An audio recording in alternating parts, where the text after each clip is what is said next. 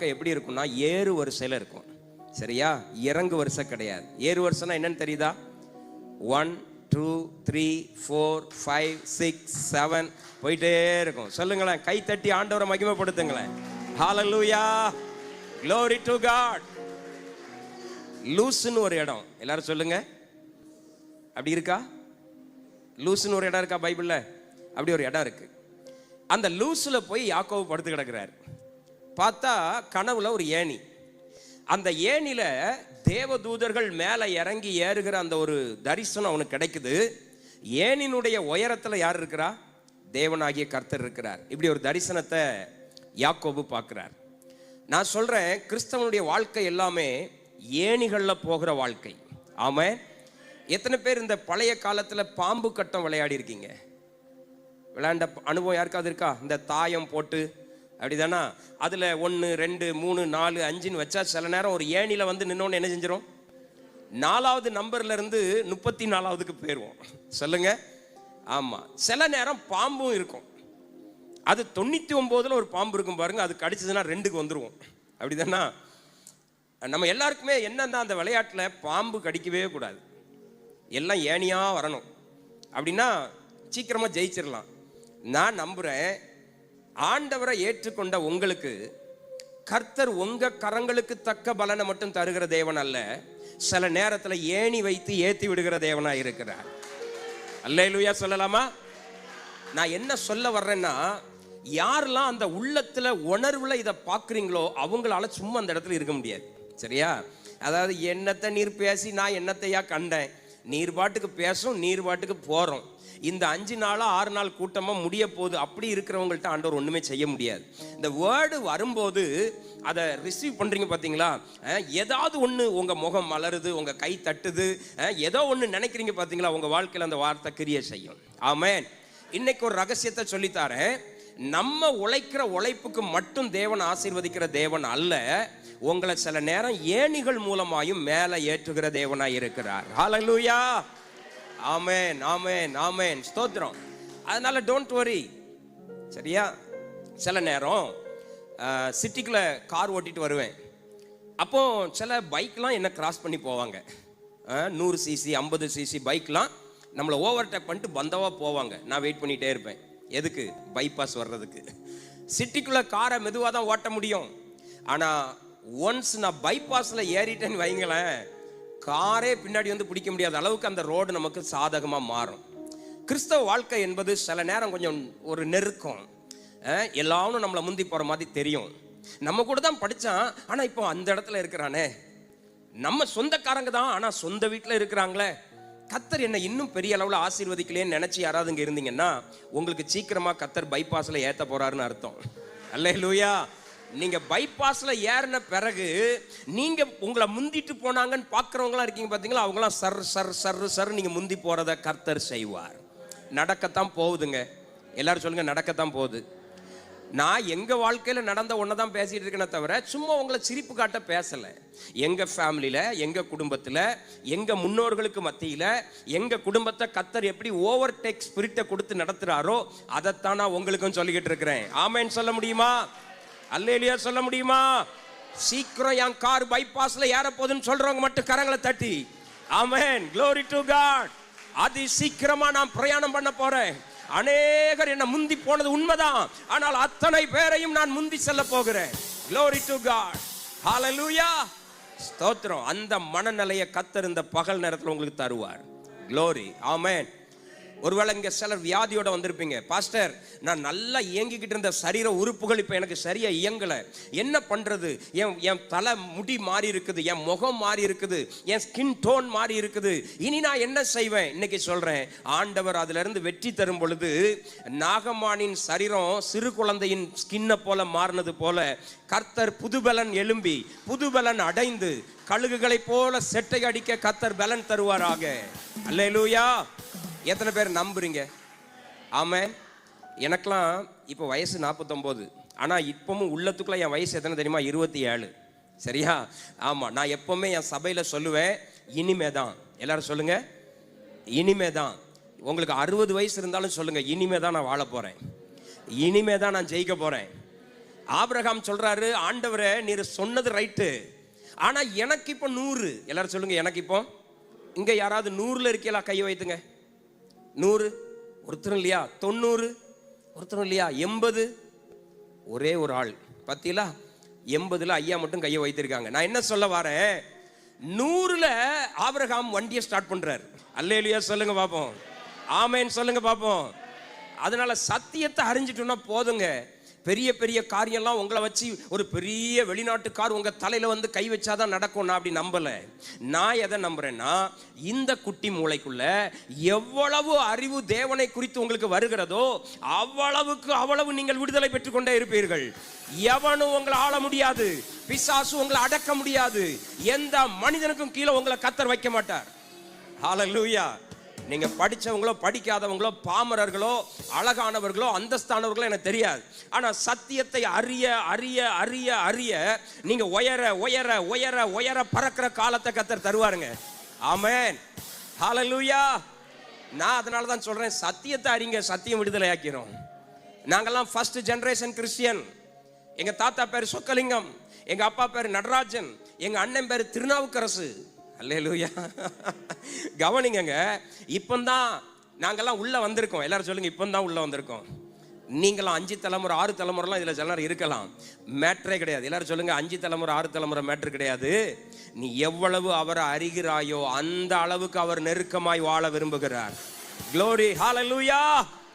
அதனால தான் நான் அடிக்கடி சொல்லுவேன், நீங்க ஆராதிக்கிறது நல்லது, நல்ல பாடல் வேலை இருக்கணும், நல்ல மியூசிக்கோட ஆராதிக்கணும். ஆனா அதே நேரத்தில் இந்த சத்தியத்தை அறிகிற அறிவு உங்களுக்கு அதிகம் வேணும்.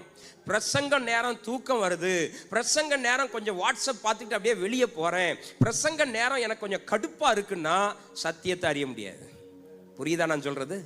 அல்லேலூயா. அதனால இந்த பகல் நேரத்தில் யாரும் மணியை பார்க்க கூடாது. பாஸ்டர் சொல்லியிருக்காங்க, மதிய சாப்பாடு வேற இருக்குன்னு இருக்காங்க.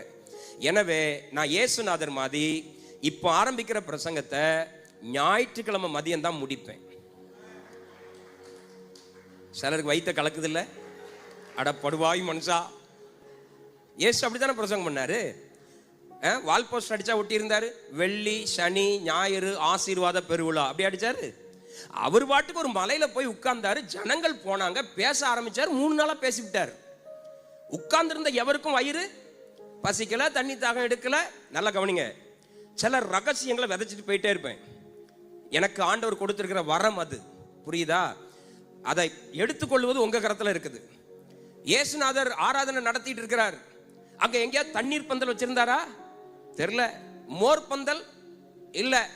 அப்பப்ப வயிறு பசிச்சா பின்னாடி பேதுரு யோவான் நீங்களாம் கொஞ்சம் டேபிள் போட்டு சாப்பாடு கொடுத்துக்கிட்டே இருங்க நாங்க அப்படியே சொன்னாரு? சொல்லுங்க. இயேசு பேசுறாரு, 3 நாள் போயிட்டு 3 நாளா ஜனங்களுக்கு வயிறு பசிக்கல, 3 நாட்களா ஜனங்களுக்கு தண்ணி தாகம் எடுக்கல, 3 நாட்களா ஜனங்களை செல்போன்ல புருஷன் கூப்பிடல. சொல்லுங்க. இன்னைக்கு சபையில் இருக்கும் போதே வீட்டுக்காரர் அங்கிருந்து கூப்பிடுறாரு, ஏட்டி டேனியல் இன்பராஜ் வந்துட்டானோ, அந்த பையன் சீக்கிரம் முடிக்க மாட்டாண்டி, நீ 12:30 எழும்பிரு, நைஸா அவரு கண்ணை மூடுற நேரம் நீ முக்காடை போட்டு எழும்பி பின்னால் ஊடி வந்துரு, நான் பைக்கை வச்சுக்கிட்டு ரோட்ல ரெடியா நிக்கிறேன். அப்படிப்பட்ட போன் கால்கள் எல்லாம் ஒழிக. சொல்லுங்க. அன்னைக்கு ஒரு சர்ச்சுக்கு பிரசங்கம் பண்ண போயிருக்கேன். ஒரு ஐயா என் பிரசங்கத்தை பயங்கரமா கவனிக்கிற மாதிரி அல்லேலூயாலாம் சொல்லிக்கிட்டு இருந்தார்.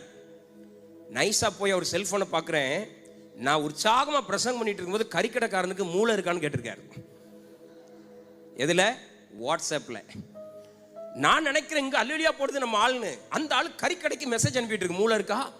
அவர் ஆமா இருக்கு. எத்தனை இருக்கு? அவர் சொல்றாரு 4 இருக்கு. எனக்கு 4ஐயும் தந்துரும். ஐயா இன்னைக்கு இன்னொருத்தர் கேட்கிறாரு, நோ நோ நோ அவருக்கு கொடுக்காது, எனக்கு தந்துரும். மூளை எவ்வளவு? ஒரு மூளை 90 ரூபா, நான் 100 ரூபா தாரேன். எப்போ? சொல்லுங்க. செய்தி வல்லமையா போயிட்டு இருக்க நேரம் மூளை கதெல்லாம் ஓடிக்கிட்டு இருக்கு. நான் நம்புறேன் இங்க யாரும் மூளை கேட்க மாட்டேன்னு, ஏன்னா எல்லாருக்கும் மூளை இருக்கு.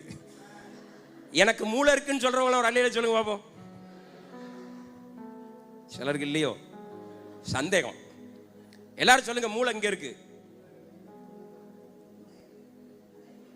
மூளை எங்க இருக்கு? சரி, குழப்பிக்கிட்டே போங்க.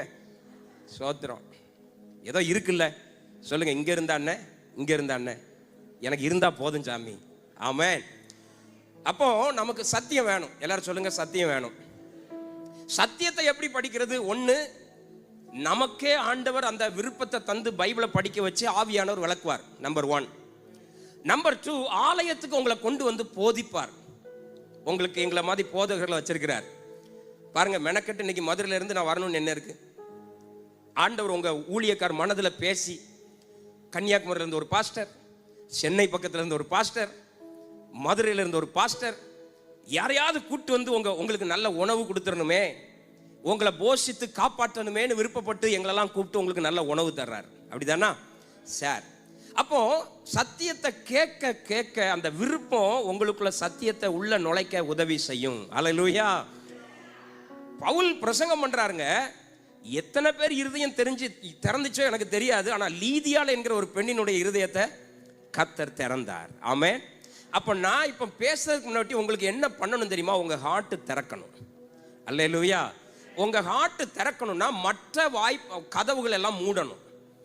கறியை வச்சுட்டு வந்தோமே, பூனை வந்துருமே, பிள்ளைய ஸ்கூலுக்கு அனுப்பிட்டு போயிருக்கோமே, அவன் வந்தா என்ன செய்வான், வீட்டுக்கார் வேற பைக்ல போயிட்டு இருக்காரு, ஆண்டவரே அவரை பாதுகாத்துக்கொள்ளும். இப்படி பல கதவுகளை திறந்து வச்சா நான் இப்ப பேசுற சத்தியம் உங்களுக்குள்ள போகாது. அதனால செருப்பை எப்படி வெளியே கலத்தி போட்டு வந்தோமோ அதே மாதிரி உங்களை சுத்தி இருக்கிற எல்லாவற்றையும் கொஞ்சம் வெளியே வச்சுட்டு உங்க மனதை ஒரு காமன் கிரவுண்டுக்கு கொண்டு நிறுத்திட்டு, ஆண்டவரே இப்ப நான் ரொம்ப எம்டியா நிக்கிறேன், வறண்ட நிலத்தை போல உங்க முகத்தை நான் பார்க்கிறேன், என் மேல மழையா பொய்ங்கன்னு சொன்னா உங்க மனதை கர்த்தர் திறப்பார். ஹல்லேலூயா. ஸ்தோத்திரம். எத்தனை பேர் அப்படி இருக்க விரும்புறீங்க? ஆமென். அப்படி மாறிடுங்க. சரிதானா? ஒரு 1 ஹவருக்கு எதையும் யோசிக்காதீங்க. 1 ஹவர்ல உங்க உலகம் எதுவுமே கெட்டு போகாது. ஒரு 1 ஹவர்ல கர்த்தர் உங்களை ஆசீர்வதிக்க போகிறார். அல்லேலூயா. சார் என் கூட சேர்ந்து வாசிங்க. மத்தேயு எழுதின சுவிசேஷம் 18வது அதிகாரம் 1 முதல் 3 வரைக்கும் உள்ள வசனங்களை வாசிக்க கேட்க போகிறோம். யாருங்க வாசிப்பீங்களா அல்லது நானே வாசித்தரவா? சார் நீங்க வாசிக்கீங்களா? சார் மத்தேயு 18ஆம் அதிகாரம் 1 முதல் 3 வரை. அவ்வேளையில் சீஷர்கள் இயேசுவினிடத்தில் வந்து, பரலோக ராஜ்யத்தில் எவன் பெரியவனாய் இருப்பான் என்று கேட்டார்கள். இயேசு ஒரு பிள்ளையை தம்மிடத்தில் அழைத்து அதை அவர்கள் நடுவே நிறுத்தி, நீங்கள் மனம் திரும்பி பிள்ளைகள் போல் ஆகாவிட்டால் பரலோக ராஜ்யத்தில் பிரவேசிக்க மாட்டீர்கள் என்று மெய்யாகவே உங்களுக்கு சொல்லுகிறேன். Very good. Thank you brother. சீஷர்கள் இயேசுவினிடத்தில் வந்து ஒரு கேள்வி கேட்கிறாங்க. என்ன கேள்வி? எங்களில் யார் பெரியவனாய் இருப்பான்? எல்லாரும் சொல்லுங்க, எங்களில் யார்? நம்ம எல்லாருக்குமே பெரியவர்களா இருக்க ஆசை இருக்கு. அப்படிதானா? சொல்லுங்க. நான் பள்ளிக்கூடம் படிக்கும் போது ரொம்ப நாள் எங்க அப்பாவை பார்த்து பொறாமப்பட்டிருக்கேன். என்னைக்கு இந்த பள்ளிக்கூடங்கிற சாபம் உடையும், என்னைக்கு இந்த புத்தகங்களெல்லாம் தூக்கி தூர வீசிட்டு எங்க அப்பா மாதிரி ஹாப்பியா இருக்கலாம் அப்படின்னு பல நாள் ஆண்டவர்கிட்ட ஜெபம் பண்ணியிருக்கேன். ஆனா ஒன்ஸ் எல்லாத்தையும் முடிச்சுட்டு அப்பா ஸ்டேஜுக்கு வந்தப்பறம் தான் தெரியுது, இந்த ஸ்டேஜ் தான் ரொம்ப மோசமான ஸ்டேஜ்டா, பள்ளிக்கூட ஸ்டேஜ் ரொம்ப அருமையான ஸ்டேஜ்னு தோணுது. இன்னைக்கு பள்ளிக்கூடத்தில் கொண்டு நம்மளை உட்கார வச்சிட மாட்டாங்களான்னு ஆசையா இருக்கு. உட்கார வைப்பாங்கன்னு நினைக்கிறீங்க? வாய்ப்பே கிடையாது. காலையில பிரேக்ஃபாஸ்ட், பகலெல்லாம் நல்ல கூரைக்கு கீழே பாடம், நல்ல மச்சி மாப்பிள்ளை கூட விளையாட்டு, மதியம் ஆனா சத்துணவு சோறு, மதியத்துக்கு மேல நல்ல ஒரு நேர போக்கு, சாயங்காலம் ஆசையோட வீட்டுக்கு வந்து அம்மா காஃபி முறுக்குலாம் வச்சு தருவாங்க. எந்த கவலையும் இல்லாம வாழ்ந்த காலத்தை விட்டுட்டு இப்போ எழுமுனா பிரச்சனை, உட்கார்ந்தா பிரச்சனை, நடந்தா பிரச்சனை, எதெடுத்தாலும் பிரச்சனை. இப்ப தோணுது, ஆண்டவரே அந்த காலங்கள் ஏன் போயிட்டு? நான் சொல்றது விளங்கிச்சா? அல்லேலூயா. அதே மாதிரி தான் நம்ம எல்லாருக்குமே ஏதோ ஒரு ஆசை. அப்படிதானா? நான் ரொம்ப பெரிய ஆளா ஆயிரணும், நான் தலைவனா மாறிடணும். ஆனா இயேசு கிட்ட வந்து சீஷர்கள் கேட்கிறாங்க, பரலோக ராஜ்யத்தில் எவன் பெரியவனாய் இருப்பான்? நல்லா கவனிங்க. இது நமக்கு வந்த தாட்டு மட்டும் இல்ல, இயேசுநாதரால உருவாக்கப்பட்ட 12 சீஷர்களுக்குமே இந்த தாட்டு தான் இருந்துச்சு. சொல்லுங்க, இந்த தாட்டு தான் இருந்துச்சு. சில நேரம் சபையில கூட சில விசுவாசிகள் என்ன செய்வாங்க தெரியுமா? என் பேரை பாஸ்டர் இந்த வருஷம் முழுக்க சொல்லவே மாட்டுக்காரு, நான் போடுறேன் நடுவே நிறுத்தி, நீங்கள் மனம் திரும்பி பிள்ளைகளை போல் ஆகாவிட்டால் எங்கே வர மாட்டிய? நான் கேட்கிறேன், அவங்க கேட்ட கேள்விக்கு இதா பதில்? சொல்லுங்க. இப்போ ஒரு எடுத்துக்காட்டுக்கு, அருமையான பிரதர் இருக்கார், நல்ல கீபோர்டிஸ்ட். இப்போ நான் அவர்கிட்ட ஒரு கேள்வி கேட்குறேன், பிரதர் என் ஒய்ஃப் படிச்ச பாடல் ஜி மேஜரா அப்படின்னு கேட்குறேன்னு வைங்களேன். அவர் சொல்றாரு வெங்காயம் 4 கிலோ 5 ரூபா பாஸ்டர். உங்களுக்கு எப்படி இருக்கும் சொல்லுங்க? நீங்களாம் சிரிக்கிறத பார்த்தா எனக்கு என்ன தெரியுது தெரியுமா? ஆல்ரெடி எங்கள் வீட்டில் அப்படி தானே பாஸ்டர் இருக்கும். என் புருஷன் ஒன்று கேட்டால் நான் வேற ஒன்றா சொல்லுவேன். என் மனைவிட்ட நான் ஒன்று கேட்டால் அவ ஒன்று சொல்லுவா. புரியுதா நான் சொல்றது? ஏன்டி இன்னைக்கு சர்ச்சுக்கு பிந்தி போனேன்? நீர் பெத்து கொடுத்த பிள்ளையால தான் பிந்தி போனேன். கேள்வி ஒன்று, பதில் ஒன்று. இப்போ அவங்க கேட்டது என்னது? எவன் பெரியவனா இருப்பான். அப்ப இயேசு என்ன சொல்லியிருக்கணும்? ஏல பேதுரு கொஞ்சம் வயசுல பெரியவன், அவனுக்கு கொஞ்சம் கல்யாணம்லாம் முடிஞ்சு மனைவி பிள்ளையெல்லாம் இருக்கு, அவனை கொஞ்சம் வச்சுக்கிடுவோமா அப்படி கேட்டிருந்தா பதில் கரெக்ட். இல்ல ஏன் யோவான் கொஞ்சம் என் மார்பிளையே சாஞ்சிருக்காண்டா, என் கூடவே இருக்க விரும்புறான், அவனை கொஞ்சம் பெரியாளா வச்சிருவோம்னா கேள்விக்கு பதில் ரைட். கேட்ட கேள்வி வேற, இயேசுநாதர் சொல்ற பதில் வேற. இன்னொன்னு சொல்றேன், அவன் பரலோகத்துல யாரு பெரியவன் கேட்கிறான், இவர் நீ பரலோகத்துக்கே வர முடியாதுடாங்க. இப்ப இருக்கிற சூழ்நிலையில நீ அத கனவுல கூட பார்க்க முடியாதுங்கிறார்.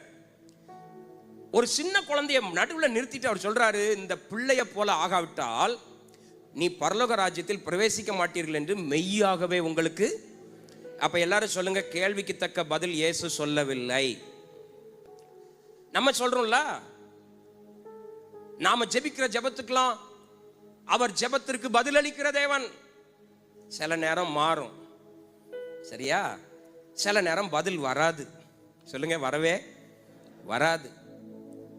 நம்ம கொஞ்சம் பாசிட்டிவாவே பிரசங்கங்கள் கேட்டுட்டோம், அவர்கிட்ட கேட்டா உடனே பதில் தருவார். நான் சொல்றேன், அப்படிப்பட்ட தேவனை நான் வழிபடல. இப்போ கேட்ட கேள்வி வேற. அவர் சொல்றாரு, பரலோகத்துக்கு வர்றதுக்கு முதல் ஆயத்தமாகு, பிறகு அங்க போய் யார் பெரியவருங்கிற லிஸ்ட்டை நான் பிறகு தர்றேன். ஏன் சின்ன பிள்ளைய கொண்டு விட்டார் தெரியுமா? கடந்த நாட்களில் நான் ஒரு சர்ச்சில் பிரசங்கம் பண்ண போயிருந்தேன். அங்கே வரிசையா சின்ன பிள்ளைலாம் வசனம் சொல்ல வந்து நின்னாங்க. அப்போ ஒரு பையன் ஒரு 8 வயசு இருக்கும். கத்தரிடத்தில் கத்தரிடத்தில் அப்படின்னு ஆரம்பிக்கான், மீதி தெரியல. நம்ம பிள்ளைகள்லாம் வசனம் சொல்லும்போது நம்மளாம் சிரிப்போம், கெக்கப்கா கெக்கப்கான்னு. நான் சொல்லுவேன், அப்படி சிரிக்கிற ஆட்களெல்லாம் முன்ன கொண்டு மைக்கை கையில் கொடுத்து 2 வசனம் சொல்லுங்கன்னு சொன்னால் உங்கள் கதை பூரா சிரிச்ச கதையாகி போயிடும். நமக்கு கீழே இருந்து சிரிக்கிறதுக்கு நல்லா தான் இருக்கும். அந்த பிள்ளைகள் தைரியமாக மேடையில் நின்று அத்தனை பேருக்கு மத்தியில் ஒரு வசனம் சொல்லுதுன்னா அவங்கள என்கரேஜ் பண்ணணும், சரியா? நீ என்னத்த சொன்ன? அந்த பாஸ்டர் என்ன பண்ணிட்டாங்க, ஸ்பெஷல் சண்டே வேற, நான் ஸ்பெஷல் ஸ்பீக்கர் வேற உள்ள இருக்கேன்னா, அவர் கொஞ்சம் டக்குன்னு டென்ஷன் ஆகி, டேய் நிறுத்துடா, என்னடா கத்தரிடத்தில் பின்னாடி மைக்க கொடுறா அப்படின்ட்டார். அந்த பையன் டபக்குன்னு சிரிச்சுக்கிட்டே பின்னாடி மைக்க கொடுத்துட்டு இதில் போய் உட்காந்துட்டான். நான் அதுக்கு பிறகு அந்த பையனை மட்டும்தான் கவனிச்சேன். அவன் அங்க போய் சிரிக்கிறான். எனக்கு அவன் முகத்துல கொஞ்சம் கூட ஒரு வலி இருக்கிறதே தெரியல. என் பிரசங்க டைம் வருது, அந்த சின்ன பிள்ளைலாம் வசனம் சொல்லி ஒரு 1/2 மணி நேரம் கழிச்சு தான் நான் பிரசங்கத்துக்கு போறேன். காணிக்கை எடுத்து அறிவிப்புலாம் கொடுத்த பிறகு அந்த பையனை பார்க்குறேன், சிரிச்சுக்கிட்டே இருக்கிறான். அந்த பையனை கூப்பிட்டேன், டேய் எலும்புடானே. டபக்குன்னு எலும்பி நின்று சிரிச்சான். உன் பேர் என்னடானே? யோசுவா அப்படின்னா. உனக்கு ஏத்த பேர் தாண்டா வச்சிருக்காங்க, எல்லாத்தையும் பார்த்து சிரிடா அப்படின்னேன். உடனே கக்கன்னு பின்னாடி பார்த்து சிரிக்கிறான். அப்போ கேட்டேன், இப்ப இந்த யோசுவா மாதிரி இதுல எத்தனை பேரால முடியும்னு கேட்டேன். உங்களை பாஸ்டர் இந்த இடத்துல இவ்வளவு மூக்க அறுத்திருக்கார், சரியா? அத்தனை பேர் மத்தியிலேயே மைக்க கொடுத்துட்டு போடா ஒழுங்கா படிக்கலடா அப்படின்னு சொல்லியிருக்காரு. நானா இருந்திருந்தேன்னா அடுத்த 5வது நிமிஷம் பக்கத்தில் இருக்கிற அடுத்த பெந்தேகோஸ்தே சபையில் அங்கத்தினர் கார்டே போட்டிருப்பேன். என்ன கார்டு போட்டிருப்பேன்? நம்ம தமிழ்நாட்டில் தான் ஒரு சபையை விட்டு வர்ற ஆட்களுக்கு கதவு திறந்து வச்சிருக்கோமே. சொல்லுங்க, இதுலயும் புதுசா வர்ற ஜனங்களுக்கு தான் நாங்க சில பதவிகளை கூட கொடுப்போம். புரியுதா? கவனிங்க, அந்த இருக்கிறான். அப்பதான் நான் சொன்னேன், நம்ம எத்தனை பேர் ஆங்காரம் பிடிச்சி ஈகோ பிடிச்சி புருஷங்கிட்ட 10 வருஷமா பேசாத பொண்டாட்டிமார் எங்கே, மனைவி கிட்ட ஒழுங்கா பேசாத புருஷன்மார் எங்க, தங்கள் வீட்டுக்கு தங்கள் பிள்ளைகளை வாழ வைக்க வந்த மருமக்களிடத்தில் பேசாத பெற்றோர் எங்க, நம்ம எவ்வளவு ஈகோல இருக்கிறோம் அப்படிங்கிறத நான் உணர்த்தினேன். கவனிக்கிறீங்களா? நமக்கு உடனே கோபம். சொல்லுங்க, யாராவது ஒருத்தர் நம்மளை கொஞ்சம் குறைய அப்படி பார்த்தாலே முறைக்கிறோம். உடனே என்னடி என்னடி ஒரு மாதிரி பார்க்குற, நான் யாருன்னு உனக்கு தெரியுமா? ஜாக்கிரதையா இருந்துக்க. எல்லாரும் சொல்லுங்க, நம்ம பரலோகத்துக்கு போறதை விட சின்ன பிள்ளைகள் பரலோகத்துக்கு சீக்கிரமா போயிடும். அல்லேலூயா. நான் அடிக்கடி சொல்லுவேன், கம்யூனியன் சர்வீஸுக்கு சின்ன பிள்ளைகளை வெளியே அனுப்பிடுறோம், பிரசங்கத்துக்கு சின்ன பிள்ளைகளை வெளியே அனுப்பிடுறோம். நம்ம நினச்சிக்கிறோம் நம்ம தான் எவ்ரிதிங், நம்ம தான் எல்லாத்துக்கும் தகுதின்னு நினைக்கிறோம். ஆண்டவர் மேலேருந்து சொல்கிறாரு, இல்லை உங்கள் ஒருத்தன் கூட தகுதி கிடையாது. உங்களுக்கெல்லாம் வச்சு செக் பண்ணணுன்னா நான் ஒரு சின்ன பிள்ளைய நம்புறேன்டா, விசுவாசிக்கிறேன்டா, நேசிக்கிறேன்டான்னு சொல்கிறாரு. கவனிங்க, இயேசு சிறு பிள்ளைய நடுவில் நிறுத்தி, முதலாவது நீங்கள் இந்த பிள்ளைகளை போல மாறினால்தான் தேவராஜ்யத்துக்கே வருவீர்கள் அப்படிங்கிறார். இன்னைக்கு என்னுடைய தாட் என்னன்னா, ஆவியானவர் எனக்குள்ள பேச சொன்ன கருத்து என்னன்னா, மனுஷன் சூழ்நிலையை பார்க்கிறான். எல்லாரும் சொல்லுங்க, மனுஷன். இது என்னது? தலைவர் பதவிங்கிறது என்னது? சூழ்நிலை. சரியா? இப்ப இந்த ஐயாவை பார்த்து நான் கேட்டேன்னா, நீங்க என்ன வேலை பார்த்தீங்க ஐயா? கேட்கல. டெய்லர். இந்த ஐயாவை ஊர்ல உலகத்துல என்ன சொல்லுவாங்க? அவர் ஒரு டெய்லர், துணி தைத்து கொடுப்பவர். என்னைய பார்த்தா உலகத்துல என்ன சொல்லுவாங்க? டேனியல் இன்பராஜ் ஒரு ஊழியக்காரர்.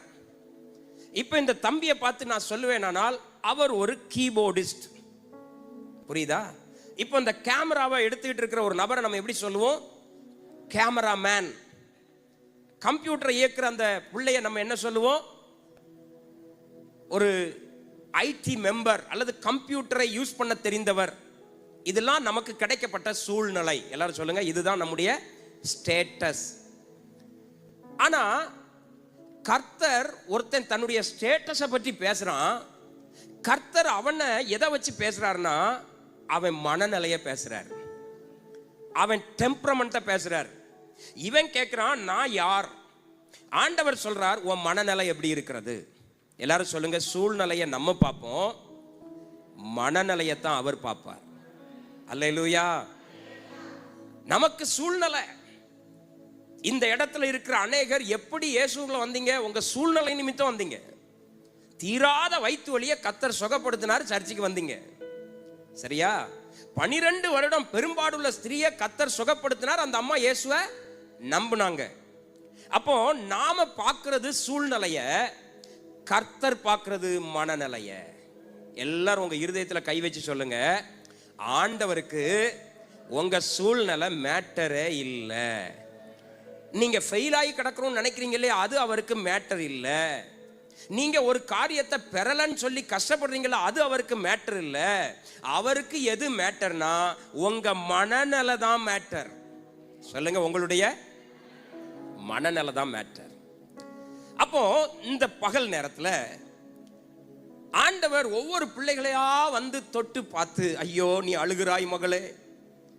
உடனே நம்ம ஒரு பாட்டு, நீ அழ வேண்டாம், நீ அழ வேண்டாம், அதிசயம் செய்திடுவார், உன்னை காண்கிறார், உன் கண்ணீர் துடைக்கிறார். நீ அழ வேண்டாம், நீ அழ வேண்டாம், அதிசயம் செய்திடுவார். உடனே உங்களுக்கு எப்படி இருக்கும்? கர்த்தர் என்கிட்ட பேசின ஆவியான. இப்பதான் வாரேன், நல்ல கவனிங்க. இது எல்கேஜி அனுபவம். எல்லாரும் சொல்லுங்க, இப்படி உங்களை ஆறுதல் படுத்திக்கிட்டு இருந்தீங்கன்னா நீங்க என்ன எதுல இருக்கீன்னு அர்த்தம்? எல்கேஜில இருக்கீன்னு அர்த்தம்.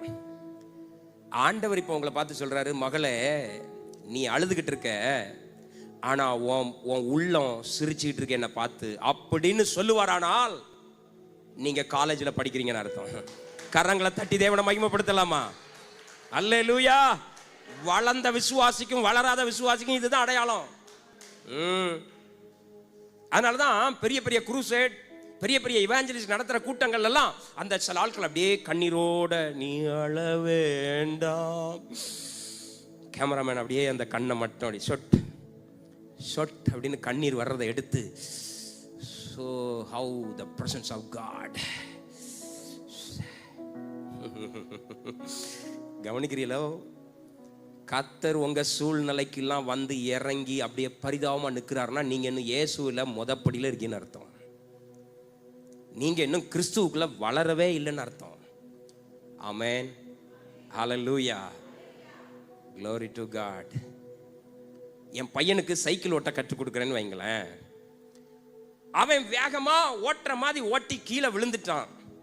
ஐயோ விழுந்துட்டப்பா, யாராவது தூக்கி விடுவாங்கப்பா, யாராவது வாங்கப்பா அப்படின்னு அழுதுகிட்டு இருக்கானா அவன் என்ன சின்ன பிள்ளைன்னு அர்த்தம். நம்ம வீட்டில் சின்ன பிள்ளைகள் சில நேரம் கால் தடிக்கு கீழே விழுந்தோன்னு என்ன செய்யும்? இப்படி இப்படி பார்க்கும். நம்ம பார்த்துட்டோம்னா ஓடணும். எதுக்கு? எதுக்கு? நம்ம போய் அதை தூக்கி கிஸ் பண்ணி செல்லக்குட்டி, பொம்மை குட்டி, ஒன்றும் இல்லை குட்டி, செல்லக்குட்டி, இது குழந்தை. இப்போ நான் உங்கள் சர்ச்சு முன்னாடி கொஞ்சம் கால் தடிக்கி விழுந்துட்டேன், என்ன செய்வேன்? அதுலேயே குப்புற படுத்து கிடந்துட்டு, பாஸ்டர் பிரதர் ஓடியாங்க கையை பிடிச்சி தூக்கி விடுங்க, நான் கீழே அப்படியே சொல்லுவேன்? சொல்லுங்க. விழுந்த உடனே ஆட்டிடியூட் என்ன சொல்லும்? யாரும் பார்க்கறதுக்குள்ள எலும்பு, யாரும் பார்க்கறதுக்குள்ள எலும்பி அப்படியே பிரைஸ் லார்ட், ஹல்லேலூயா, ஸ்தோத்திரம் ஆண்டவரே. எதுக்கு? சொல்லுங்க. இப்போ நான் உங்களை பார்த்து கேட்குறேன், நீங்களாம் ஆவியில சின்ன பிள்ளைகளா வளர்ந்தவங்களா? உங்க உள்ளுக்குள்ள ஏற்படுகிற பிரச்சனை உங்க முகத்துக்கு வந்து அது வெளியே 4 பேர் தேற்றி ஐயோ உங்களை பஞ்சர் பார்க்கறதுக்கு பாஸ்டர் வீட்டுக்கு வரணும்னா நீங்க எல்கேஜி. சில விசுவாசி வீட்டுக்கெல்லாம் வாரம் ஒரு முறை நாங்க போனோம். இது எப்படி தெரியுமா? பஞ்சரான சைக்கிள் மாதிரி. எவ்வளவுதான் நாங்க பஞ்சர் ஒட்டி காத்தடைச்சு அனுப்புனாலும் திங்கக்கிழமை தான் பஞ்சர் ஒட்டி அனுப்பியிருப்போம், செவ்வாய்க்கிழமை கால் வரும், பாஸ்டர் வேதனை பாஸ்டர். நாங்க செவ்வாய்க்கிழமை திரும்ப பைக் எடுத்துட்டு போய் சொல்லுங்க, நாங்கெல்லாம் நடமாடும் பஞ்சர் கடை வச்சிருக்கோம். அல்லேலூயா. உங்க வீடுகளுக்கு வந்து பஞ்சர் ஓட்டுறதான் எங்க வேலை. Push push push. என் மனைவி சொல்லுவேன், காத்து நல்லா ஏறி இருக்கா? அவ பார்த்துட்டு ஏறி இருப்பா சார், ஏறிட்டு எப்போ அதை கொடுங்க. சிஸ்டர் பிரைஸ் லார்ட், சோத்திரம், அல்லேலூயா, போயிட்டு வரட்டுமா? அடுத்த நாள் காலையில், பாஸ்டர் மறுபடியும் பஞ்சர் பாஸ்டர், புருஷன் அடிச்சு விட்டு போயிட்டான் பாஸ்டர், வா வா மனைவி வா, பஞ்சர் டப்பா தூக்கு. அல்லேலூயா. இப்படிலாம் நீங்க இருக்கக்கூடாது. எல்லாரும் சொல்லுங்க, இப்படிலாம் நம்ம இருக்கக்கூடாது. நம்மளாம் மெச்சூர்டா இருக்கணும். சொல்லுங்க, மெச்சூர்டா இருக்கணும். உள்ளுக்குள்ள 1000 பிரச்சனை இருந்தாலும் ஆண்டவர் மனநிலையத்தான் செக் பண்ணிட்டே இருப்பார். என் பிள்ளை மனநிலையில எப்படி இருக்கான்? அல்லேலூயா, ஸ்தோத்திரம். 144 சங்கீதத்துல ஒரு வசனத்துல சொல்றார், எடுக்க வேண்டாம் நான் சொல்றேன். மனுஷனை அவர் நினைக்கிறதுக்கும் அவனை வந்து விசாரிக்கிறதுக்கும் அவெல்லாம் எம்மாத்திரங்க. அவர் இருக்கிற உயரம் என்ன, அவர் இருக்கிற பலன் என்ன, அவர் உண்டாக கடவுதுன்னா வானம் உண்டாகுது, பூமி உண்டாகுது, கடல் உண்டாகுது, பறவை உண்டாகுது. நம்ம ஒரு அற்ப ஜனத்தை அவர் பார்க்கிறாருன்னா அது எவ்வளவு பெரிய கிரேஸ் தெரியுமா? அல்லேலூயா, எவ்வளவு பெரிய கிரேஸ். அதை வச்சுக்கிட்டு நம்ம உட்காந்து எப்ப பார்த்தாலும் அழுதுகிட்டு, சொல்லுங்க, எப்ப பார்த்தாலும் சினிங்கிக்கிட்டு. நான் அடிக்கடி சொல்லுவேன், 5 கிலோ இஞ்ச ஒன்னா தின்ன குரங்கு மாதிரியே இருக்காதிய. சொல்லுங்க. என் மனைவி சில நேரம் என்கிட்ட வத்தலை அரைச்சிட்டு வாங்க நீர்வா. இந்த ரைஸ் மில்ல போய் வத்தலை அரைக்க கொடுப்பேன் பாருங்களேன், நல்லா தான் போவேன். அங்க போன உடனே மூக்கு ஒரு மாதிரி சுரு சுரு சுருன்னு ஏறும். அந்த வத்தல் பொடி அச்சமா அப்படின்னு போடுற மாதிரி இருக்கும். சில ஆட்களுக்கெல்லாம் எப்ப பாருங்க முகம் நல்லாவே இருக்காது. நீங்க எப்போ அந்த ஆள்கிட்ட பேசுங்க, அந்த ஆள் முகம் இருளடைஞ்சுதான் இருக்கும். பேரு இம்மானுவேல். சொல்லுங்க, முகம் எப்படி இருக்கும்? இருளாண்டி மாதிரி இருக்கும். கவனிக்கிறீங்களா? இந்த பகல் நேரத்தில் கர்த்தர் உங்ககிட்ட கேட்கிற ஒன்னே ஒன்று, உன் வாழ்க்கையில் வருகிற பிரச்சனைகள், உன் சூழ்நிலைகள் உன் முகத்தையோ எல்லாரும் சொல்லுங்க பாதிக்க கூடாது. அல்லேலூயா, அல்லேலூயா, ஆமென். நல்லா கவனிங்க. ஒலிவ மரம், ஒலிவ எண்ணெயை ஏன் இவ்வளவு ஃபேமஸா உலகம் கொண்டாடுதுன்னா, நோவா வாழ்ந்த காலத்துல உலகமே அழிஞ்சு தண்ணிக்குள்ள போயிட்டுங்க. முழு உலகமும் தண்ணிக்குள்ள, எல்லாம் அழுகி நாசமா போயிட்டு. முதல்ல முளைச்சது எது? எத்தனை பேர் உங்களை அழிக்க நினைச்சாலும் உங்களால எழும்பி ஜெயிக்க முடியும்னா நாம தான் பச்சையான ஒலிவ மர கன்றுகள். அல்லேலூயா. நல்ல கரங்களை தட்டி ஆண்டவரை மகிமைப்படுத்தலாமா? ஆமென். மற்ற மரம்லாம் அழுகி போச்சுங்க. ஒலிவ மரத்துக்கு இருக்க ஸ்பெஷாலிட்டியே, அதை நீங்க எவ்வளவு அழிக்க நினைச்சாலும் அது மேல வரும். எல்லாரும் சொல்லுங்க, நான் இனி எல்கேஜில இருக்க விரும்பல, நான் மனநிலையை சார்ந்து வாழ விரும்புறேன். அல்லேலூயா. இன்னொன்னு எடுத்துக்காட்டு சொல்றேன். நான் இப்போ மதுரையில இருந்து கார்ல வர்றேன். நான் 11 மணிக்கு இங்க இருக்கணும், சரியா? திடீர்னு என் கார் ஒரு 30 கிலோமீட்டருக்கு அங்கிட்டு பஞ்சர் ஆயிட்டு. என் சூழ்நிலை மோசம், ஆனா என் மனநிலை பாதிக்கப்படக்கூடாது. நான் எதுக்கு வர்றேன்? பிரசங்கம் பண்ண வரேன். ஆண்டவருடைய வேலையை செய்ய வர்ற என எப்படியும் இங்க கொண்டு வந்து சேர்த்துருவாரு. நல்லா கவனிங்க. என்னை அங்க வச்சிட்டு ஒரு தூதனை கூட டேனியலை அனுப்பி பிரசங்கத்தை கத்தர் முடிச்சிருவார். நான் அங்க உட்காந்துக்கிட்டு எவன் பார்த்த பார்வையோ, காலையில எவன் மூஞ்சல முழிச்சனோ, சி சொல்லுங்க. பக்கத்துல பொண்டாட்டி கூட்டு வந்திருக்கேன், உன்னால தாண்டி பஞ்சர் ஆயிட்டு நாசமா போறவள, இப்படி சொல்லிக்கிட்டு இருந்தேன்னா ஆண்டவர் சொல்லுவார், டேனியல் உன் பிரசங்கமே காரக்குடி ஜனங்களுக்கு வேண்டாம், யூ ஆர் டோட்டலி ஃபெயிலியர். மனநல நல்லா இருக்கிறவனுக்கு சூழ்நிலை எதுவா இருந்தாலும் கடக்க முடியும். சொல்லுங்க, எதுவா இருந்தாலும் கடக்க முடியும். ஆமென். அல்லேலூயா. வேதத்துல பார்க்கிற பரிசுத்தவான்கள் எல்லாம் செக் பண்ணி பாருங்க, மோசமான மனநிலையத்தான் சிரிச்சு கடந்து வந்திருப்பான். சரி, ரெண்டாவது ஒரு எடுத்துக்காட்டு உங்களுக்கு சொல்றேன். மத்தேயு 8ஆம் அதிகாரத்துல அப்படியே 23ஆம் வசனத்துல இருந்து போடுங்க பார்ப்போம். மத்தேயு 8ஆம் அதிகாரம் 23ஆம் வசனத்துல இருந்து பார்ப்போம். அவர் படவில் ஏறின பொழுது அவருடைய சீஷர்கள் அவருக்கு பின் சென்று ஏறினார்கள். அப்பொழுது படவு அலைகளினால் மூடப்படத்தக்கதாய் கடலில் பெருங்காற்று உண்டாயிற்று. அவரோ நித்திரையாய் இருந்தார். அப்பொழுது அவருடைய சீஷர்கள் வந்து அவரை எழுப்பி, ஆண்டவரே எங்களை இரட்சியும், மடிந்து போகிறோம் என்றார்கள். அதற்கு அவர், அற்ப விசுவாசிகளே, ஏன் பயப்படுகிறீர்கள் என்று சொல்லி எழுந்து காற்றையும் கடலையும் அதட்டினார். உடனே மிகுந்த அமைதல் உண்டாயிற்று. Thank you brother. நல்லா கவனிங்க. ஒரு பிரயாணத்துல இயேசுவும் சீஷர்களும் கப்பல்ல இருக்கிறாங்க. கப்பலோ அது தோணியோ போட்டோ எனக்கு தெரியாது, ஏதோ ஒண்ணு வச்சுக்கிடுங்க. நல்ல ஒரு நடு பகுதிக்கு, ஒரு ஆழமான பகுதிக்கு அந்த போட்டு சென்ற உடனே அங்க ஒரு பிரச்சனை வருது. என்ன வருது? புயல் அடிக்குது, காற்று அடிக்குது, தண்ணி எல்லாம் கப்பலுக்குள்ள வருது. இவன் 12 பேர்ல கிட்டத்தட்ட ஒரு 6-7 பேர் கடல்ல அனுபவம் உள்ளவன். என்ன பண்றான்? இயேசுநாதர் இன்னொரு சாப்டர்ல சொல்லியிருக்கு, தலையணை வைத்து தூங்கினார். எப்படி சொல்லுங்க? கொஞ்சம் கம்ஃபர்டபுளா தூங்கி இருக்காரு. இயேசுவுக்கு கடல்ல கொந்தளிப்பு வர்றது தெரியுமா? சொல்லுங்க. இன்னும் சொல்ல போனா அந்த கொந்தளிப்பை கொண்டவரே அவர்தான். அவர்தான் புள்ளையும் கிள்ளுவாரு. எல்லாரும் சொல்லுங்க, அவர்தான் புள்ளையும் கிள்ளுவாரு, தொட்டிலையும் ஆட்டுவாரு. அதனாலதான் பழைய ஏற்பாட்டில் என்ன சொல்லி இருக்கிறாரு? ஃபாதர் பெர்க்மன்ஸ் கூட ஒரு பாடல் படிப்பார் தெரியுமா? காயப்படுத்தி கட்டு போடும் கர்த்தரே, அடித்தாலும் அணைக்கின்ற அன்பரே, உமக்கே ஆராதனை உயிருள்ள நாளெல்லாம். ஹல்லேலூயா. அவர் சில நேரம் அடிச்சு அதை காயமும் பண்ணுவார், கட்டும் போடுவார். ஹல்லேலூயா. எதுக்கு? ஏன் நன்மைக்கு.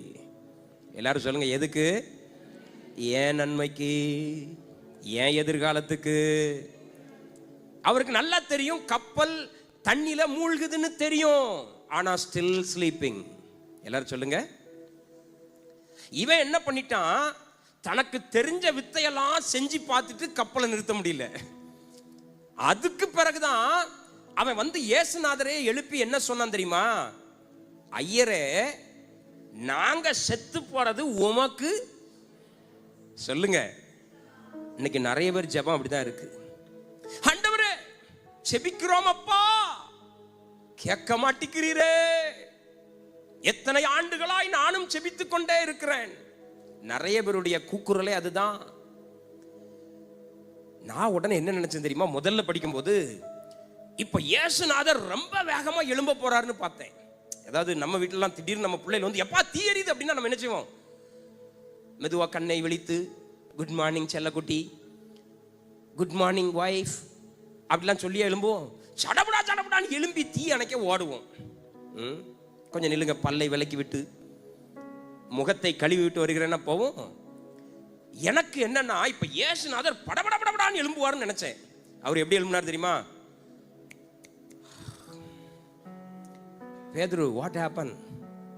எப்படி? உள்ளுக்குள்ள பாதி தண்ணி வந்தாச்சுங்க.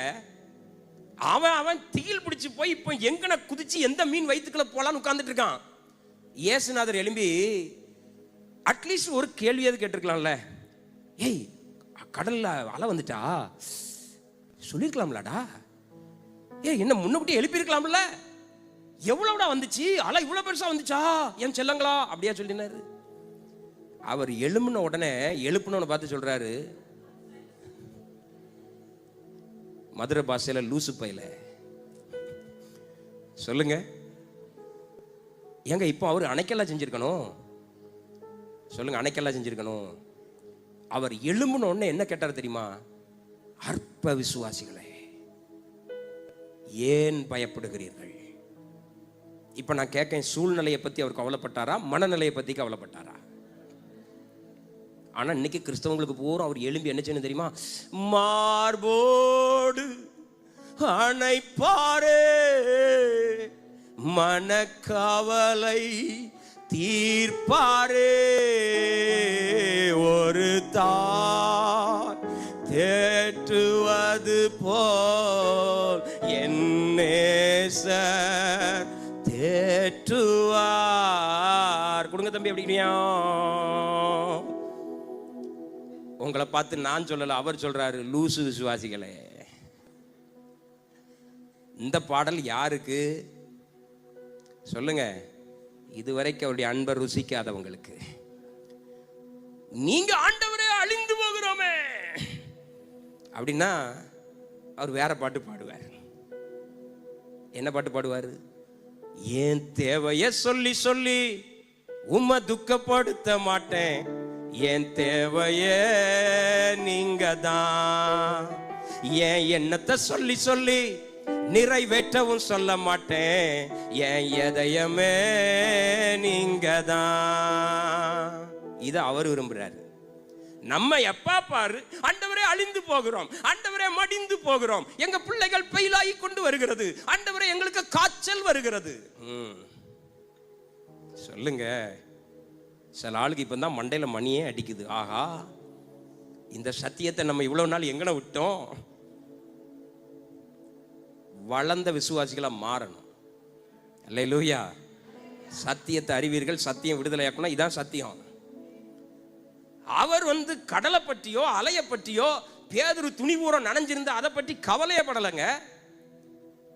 சொல்லுங்க, அவர் எதை பற்றி கவலைப்பட்டாரு? அட லூசு பயல்களா, இப்படி பயந்துட்டியலடா. ஏல, நீ வாழ பிறந்தவன்டா. உன்னை நான் அழைச்சிருக்கிறதே உலகம் முழுக்க அவங்களை அனுப்புறதுக்கு. அவ்வளவு சீக்கிரம் அலை உன்னை மூடிருமா? அவ்வளவு சீக்கிரம் மரணம் உன்னை தொற்றுமா? அவ்வளவு சீக்கிரம் உன் போச ஒருத்தன் புடுங்கிடுவானா? அவ்வளவு சீக்கிரம் உன் பதவியை ஒருத்தன் அடிச்சிருவானா? எங்கடா போச்சு அறிவு? அற்ப விசுவாசியே. எழும்பி காற்றையும் கடலையும் அதட்டினார். Glory to God. இதை யாரு செய்யணும்னு அவர் நினைச்சாரு? சொல்லுங்க, நம்ம தான் ஒரு தாய் தேற்றுவது போலயே பாடி செத்துடுறோமே. சிலருக்கெல்லாம் செத்த வீட்டுல கூட ஒரு தாய் அப்படின்னா தான் நல்லா இருக்கு. சொல்லுங்க, கொஞ்சம் ஏணில ஏறி மேல வாங்க. அல்லேலூயா. அதாவது கீழே இருந்து எட்டி பார்த்தா கண்ணுக்கு தெரியறது மட்டும் தான் தெரியும். கொஞ்சம் உயரமா பார்த்தா, ஏறி பார்த்தா தான் உலகம் தெரியும். சத்தியம் வேணுமா, கொஞ்சம் மேலே ஏறி நிற்கணும். அல்லேலூயா. இயேசுவுக்கு அவங்க மனநிலை மேட்டரே கிடையாதுங்க. சொல்லுங்க, சாரி, சூழ்நிலை. அவர் என்னைக்காவது கேட்டாரா, பேதுரு தண்ணி எவ்வளவு உள்ள வந்திருக்கும், நீ எவ்வளவு கஷ்டப்பட்ட, நீ ரொம்ப அழுதியோ? டைரக்டா எழுப்பி சொல்றாரு, அற்ப விசுவாசியில உட்காரு, நான் பாத்துக்கிறேன். இதை நம்ம பார்க்கணும்னு அவர் விரும்பினார். ஆமென், அல்லேலூயா. சார், இப்ப நல்ல கவனிங்க. சிலருடைய வாழ்க்கையில சிச்சுவேஷன் பயங்கர கேவலமா இருந்துச்சு, ஆனா மனநல 100ல இருந்துச்சு. அவங்கள பற்றி பேச போறேன். எழுதுறவங்க எழுதி எடுத்துக்கிடுங்க. ஒரு 6 பேருடைய வாழ்க்கை வரலாறு சொல்ல போறேன். இவங்களுக்கெல்லாம் சிச்சுவேஷன் ரொம்ப பேட். எல்லாரும் சொல்லுங்க, சூழ்நிலை ரொம்ப மோசம், ஆனா மனநல 100. ஆமென், அல்லேலூயா. கவனிக்கிறீங்களா? பள்ளிக்கூடத்தில் படிக்கிற பிள்ளைகள் எல்லாம் பாருங்க, ஃபர்ஸ்ட் ரேங்க் எடுக்கும் சில பிள்ளைகள், ஆனா நீட்ல கிடைக்கலன்னு செத்து போயிடும். பேக் பெஞ்சில் ஒருத்தன் இருப்பான், மொத்தத்திலேயே 64 தான் எடுத்திருப்பான், 5 பாடத்தை கூட்டினான். அவன் பெரிய கம்பெனிக்கு ஓனர் ஆகி 300 பேருக்கு சம்பளம் கொடுப்பான். பார்த்திருக்கீங்களா? ஆமா. சில பிள்ளைகள் ரொம்ப அழகா இருக்கும் பிறந்ததுல இருந்தே. ஒருத்தன் மேல காதல் வயப்பட்டு அவன் என்னை பிரேக்கப் பண்ணிட்டான்னு செத்து போயிடும். ஆனா பிறந்ததுல இருந்தே அசிங்கமா தோட்டத்தில் இருக்கிற சில பிள்ளைகள் வாழ்ந்து சுகித்து இருக்கும். பார்த்திருக்கீங்களா? அல்லேலூயா. யாக்கோபுடைய பொண்டாட்டி 2 பேர்ல ஒருத்தி வந்து என்னது, கூச்ச பார்வை, விரும்பத்தக்க சரீரம் கிடையாது. ஆனா ஒருத்தி வேற லெவல். எல்லாரும் சொல்லுங்க, ஒருத்தி வேற லெவல். ஆனா கடைசியில யாக்கோபு கூட வாழ்ந்து, யாக்கோபை சந்தோஷப்படுத்தி, யாக்கோபு கூட குடியிருந்து, யாக்கோபு கூட வாழ்ந்து கல்லறை வரைக்கும் போனவ யார் தான்? லேயாள் தான். இந்த அழகா அங்கீகரிச்சுக்கிட்டு ஆராய்ச்சிட்டு ஒருத்தி அலைஞ்சா பத்தியில பிஸ்குன்னு ஓடினால, அவ இடையிலே செத்து போயிட்டா. எங்க கருவாலி மரத்துக்கு கீழே அடக்கம் பண்ணிட்டு யாக்கோபு tata bye bye see you, love எல்லாம் முடிஞ்சது, ஓகே. கவனிங்க, சிச்சுவேஷனை பற்றி கவலைப்படாதீங்க. பாஸ்டர் என் புருஷன் ரட்சிக்கப்படலை, டோன்ட் வரி. பாஸ்டர் சாயங்காலம் வரும்போதே குடிச்சு தான் வர்றாரு, டோன்ட் வரி. என் பிள்ளைக்கு மண்டையில சரக்கே இல்லை, டோன்ட் வரி. எனக்கு தொழிலே இல்லை, டோன்ட் வரி. எனக்கு ஒரு கார் இல்லை, டோன்ட் வரி. எனக்கு ஒரு நல்ல படிப்பு இல்லை, டோன்ட் வரி. கர்த்தர் அதை குறித்து கவலைப்படவே இல்லை. எல்லாரும் சொல்லுங்க, கர்த்தர் அதை குறித்து. இன்னைக்கு ஒரு சத்தியத்தை புரிஞ்சுட்டு போங்க. ரொம்ப சிநேகிதர் தான் பெத்தானியால. யாருக்கு? லாசருவுக்கு. ஆனா லாசருவுக்கு சோமுலன்னு சொல்லி ஒரு செய்தி இயேசுவுக்கு போச்சு. என்ன பண்ணாரு? லெட்டரை தூக்கி சைடில் வச்சுட்டு ஒரு வெயிட் தூக்கி வச்சுட்டாரு. சீஷர்கள் கேட்குறாங்க, ஆண்டவரே நீர் நேசிக்கிறவனுக்கு சோமுலையாம், நம்ம உடனே பெட்டியை கட்டணும். அவர் சொல்றாரு, வாயை மூடு, எனக்கு தெரியும். எல்லாரும் சொல்லுங்க, அவர் உடனே எல்லாம் நமக்கு பெட்டியை கட்ட அவசியம் இல்லை. கூப்பிட்ட உடனே பதில் தந்துடணும். அவர் சொல்றாரு, அவன் சாகட்டும். எல்லாரும் சொல்லுங்க, அவன் அப்படி சொல்லலை, நான் சொல்றேன். செத்த பிறகு அடக்கம் பண்ணி 3 நாள் கழிச்சு ஊருக்குள்ள மெதுவா அப்படி என்ட்ரு ஆகுறாரு. சொல்லுங்க எல்லாரும், அவர் என்ட்ரியே டிஃப்ரெண்டா இருக்குங்க. கர்த்தரை நம்புற பிள்ளைகளுக்கு நான் சொல்றேன், அவர் என்ட்ரி உங்க விருப்பத்துக்கு இருக்காது. அவர் என்ட்ரி கொஞ்சம் வித்தியாசமா தான் காணப்படும். வர்ற என்ட்ரி வேற லெவல்ல இருக்கும். நல்ல கரங்களை தட்டி அந்த தேவனை மகிமைப்படுத்துங்க. ஆமென், ஹalleluya. அதனால தான் சொல்றேன், என்ட்ரியை அவர் கரத்துல கொடுத்துருங்க. சும்மா உட்கார்ந்து இப்ப வாரும் இறங்கி வாரும் அவர் சொல்றார், நோ. ஹalleluya, glory to God. இப்ப வாரும், அது என்ன? அவர் சொல்றார், என் இஷ்டத்துக்கு வருவேன். எனக்கு தெரியும் உன் மூளையோட என் மூளை சிறந்தது. அல்லேலூயா. சிலருக்கு டிலே ஆகுது பத்தியா? நீங்க கேட்ட காரியம் இன்னும் கிடைக்கல. ஏன் தெரியுமா? வேற லெவல்ல ஏதோ ஒன்று செய்ய போறார். எல்லாரும் பார்க்கிற அளவுக்கு ஒன்று நடத்த போறார். உலகமே உங்களை பார்க்கும். ஆமென், ஹalleluya. டிலே பண்றாருன்னா சமத்தையா செய்ய போறாருன்னு அர்த்தம். நீங்க கூப்பிட்டு அவர் வரல, நீங்க கூப்பிட்டு பதிலே வரலன்னா டோன்ட் வரி, சம்திங் ஏதோ ஒன்று வித்தியாசமா செய்வார். ஆமென். அது சீக்கிரத்தில் அதை பார்க்க போறோம் நம்ம கண்கள். ஹalleluya. கவனிங்க, ஒரு 6 பேரை ரொம்ப சீக்கிரமா சொல்லிட்டு அடுத்தாப்புல ஒரு 6 பேரை சொல்ல போறேன். இன்னைக்கு மதியம் 4 மணிக்கு தான் நான் முடிப்பேன். ஆமா, நீங்களாம் இப்படி பார்த்துட்டு இருந்தீங்கன்னா 4 மணிக்கு முடிப்பேன். கொஞ்சம் சிரிச்சிட்டு பார்த்துட்டு இருந்தீங்கன்னா 1:30க்கு முடிச்சிருவேன். சரியா? சீக்கிரம் வீட்டுக்கு போகணும்னா சிரிங்க. அப்படியே பார்த்துட்டு இருந்தீங்கன்னா வெளியே வருவே, பார்த்துக்கிடுவோம். எங்க தெருவை தாண்டி தானவே நீர் போகணும் அப்படிங்கிற மாதிரி இருக்கு சிலருடைய பார்வை. ஒழுங்கா சிரிச்சுக்கிட்டு இருந்தீங்கன்னா 1:30க்கு முடிச்சிருவேன். மணி என்ன? இப்பவுமே 12:30 ஆயிட்ட. சாரி, 1 ஆக போகுது. பாஸ்டர் சாப்பாடு உண்டுல்ல? சார், அப்போ கவலையே இல்லை. யாராவது மயங்கி விழுந்தா மட்டும் சாப்பாடை கையில் கொண்டு கொடுத்துருங்க. அப்படிதானா? யாருக்காவது ரொம்ப பசிக்கு, ஐயோ தாகம் எடுக்குது இப்பவுமே செத்துருவேன் அப்படிங்கிற மாதிரி இருந்தால் எழும்பி போய் தண்ணி குடிச்சு வந்துடலாம். No problem. இங்கே யாரும் உங்களை தடை செய்ய மாட்டோம். ஓகே தானா? ஏன்னா இப்போ தான் பிரசங்கத்துக்குள்ளே என்டர் ஆகுறேன். கவனிங்க, யோபுவினுடைய வாழ்க்கையில் 41 அதிகாரம் யோபு பேசுறார். சோப்பார், பில்தாத், எலிஹு, எலிப்பாஸ் இதெல்லாம் பேசுறாங்க. யோபுக்கு வந்த பிரச்சனையில இந்த இடத்துல இருக்கிற எவருக்கும் 10ல் 1 கூட நமக்குலாம் வந்திருக்காது. ஒரே நாள்ல 10 பிள்ளைகள் அவுட். ஒரே நாள்ல மிருக ஜீவன்கள் எல்லாம் காலி. ஒரே நாள்ல வீடுகள் எல்லாம் காலி. ஒரே நாள்ல நேசிச்ச மனைவி சொல்றா செத்துரு. ஒரு கணவனுக்கு எதை வேணாலும் இழக்கலாம், ஆனா நேசிச்ச மனைவியே நீ சாகுன்னு சொல்ற வார்த்தை இருக்கு பாத்தீங்களா, அதை எவராலையும் தாங்க முடியாது. அதே மாதிரிதான் மனைவிக்கும். எதை வேணாலும் மனைவி இழக்க முடியும், ஆனா நேசிச்ச புருஷன் வந்து என்னை வெறுக்கிறான் அப்படின்னு தெரிஞ்சா மனைவிமார்களால வாழ முடியாது. கடவுள் நம்ம அப்படிதான் படைச்சிருக்காரு. ஒருத்தரை இணைச்சு லிங்க் பண்ணி சந்தோஷமா இருங்க அப்படின்னு வச்சிருக்காரு. அந்த மனைவியை வந்து சொல்றா சாவும்யா, ஏன் வாழ்ற, இவ்வளவு கேவலமான ஒரு வாழ்க்கை நீ வாழணுமான்னு கேட்கிறா. இவ்வளவு கஷ்டப்பட்ட யோபு கிட்ட 41ஆம் அதிகாரத்துல 42ஆம் அதிகாரத்துல தேவன் பேச வர்றாரு. நான் நினைச்சேன் யோபுவை கட்டி அணைச்சி, ஐயோ என் செல்ல கண்ணு நீ என்ன காப்பாத்திட்டடா மானமுள்ள ராசா அப்படின்னு கதறி இருப்பாருன்னு நினைச்சேன். சொல்லுங்க, தொட்டில கிள்னது யாரு? பிள்ளை கிள்னது யாரு? அனுமதி கொடுத்தது யாரு? ஒரு வார்த்தை ஆதரிக்கலாம்ல, ஒரு வாடாவது யோபோ கட்டி பிடிச்சி ஜெயிச்சிட்டடா மௌன என் பேர நிலை அப்படி சொன்னாரா? 42 அதிகாரத்துக்கு போய் படிச்சு பாருங்க. அவர் சொல்றாரு, நீங்கெல்லாம் என்ன யோபுவை போல உத்தமமா பேசவில்லைங்க. பத்தியில அவரு எண்ணம் பூரா எங்க இருந்திருக்கு யோசிங்க. இப்ப சபையில நம்மளெல்லாம் அப்படித்தான் நினைக்கிறோம். ஆண்டவர் இப்போ வருவார், இறங்கி வருவார், இப்போ வருவார், அப்படியே கட்டி கொள்ளுவார். யோபுவுக்கு கட்டி பிடிச்சு ஒரு முத்தம் கொடுக்காத தேவனா டேனியலை கட்டி பிடிக்க போறார்? சொல்லுங்க. அவருக்கு தெரியும் யோபுவோட டேனியல் எத்தனையோ மடங்கு ஆசீர்வதிக்கப்பட்டிருக்கான். யோபுவையே கட்டி பிடிச்சு அவர் ஆசுவாசப்படுத்தலைங்க. வந்து சொல்றாரு, இலை இந்த எலிப்பாசு பில்தாத்து சோப்பாரெல்லாம் வா வா இங்க வா, உட்கார வச்சு யாருக்கு பாடம் எடுக்காரு, இங்க பாரு யோபு நடந்துகிட்ட மாதிரி நீ உத்தமமா நடக்கல, யோபு பேசின மாதிரி நீ உத்தமமா பேசல, எனக்கு உன் மேல கடும் கோபம் வருது. நீ கோபத்துல இருந்து தப்பிக்கணும்னா ஒண்ணு செய்யி, இந்த யோபு உனக்காக ஜோம் பண்ணாதான் உன்னையே நான் வீட்டுக்கு உயிரோட விடுவேன், இல்லைன்னா காலி பண்ணிடுவேன்ட்டார். யோபு அப்படி பரிதாபமா முழிக்கார். யோ ஒரு விளையாட்டுக்கு நானாயா கிடைச்சேன்? யோ நான் என்ன பாடு பட்டிருக்கேன்னு தெரியுமா? அந்த கேடு அடைஞ்சமியா.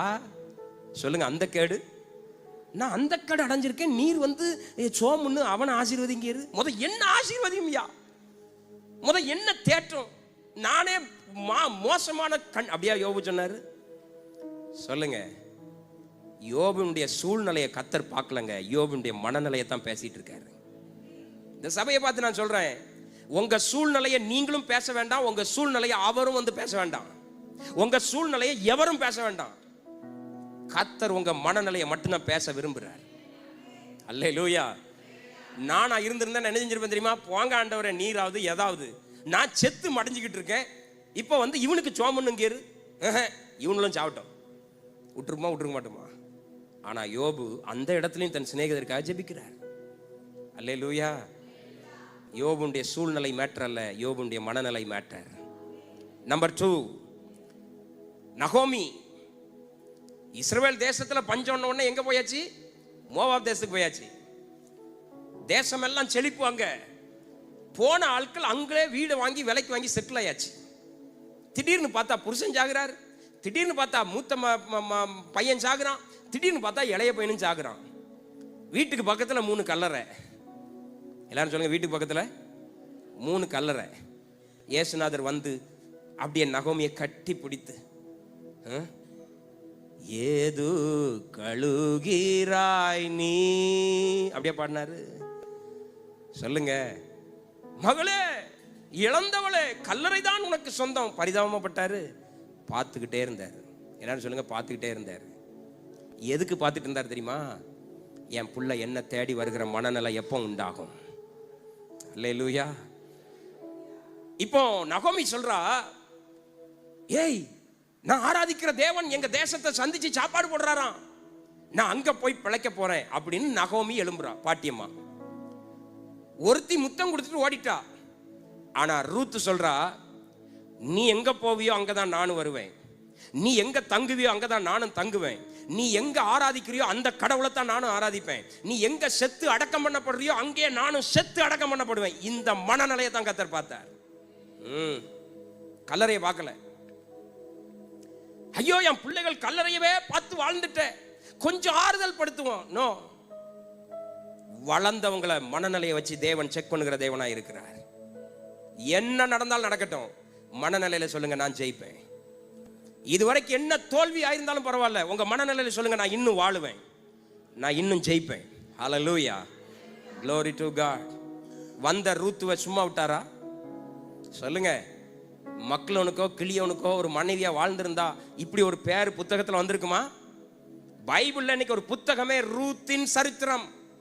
ஏன் நகோமியின் சரித்திரம் போட்டிருக்கலாம்ல, போவாசின் சரித்திரம் போட்டிருக்கலாம்ல, ஏன் ரூத்தின் சரித்திரம் போட்டாரு? ஒரு பிள்ளைக்கு மனநல சூப்பரா இருந்துச்சு. கல்லறை தான், பார்க்கறதெல்லாம் கல்லறை தான், ஆனா மனசு ஃப்ரெஷ்ஷா இருந்துச்சு. அல்லேலூயா. தோல்வியை கண்டு துவளாத. வாழ்க்கையில தோல்வி வருதா?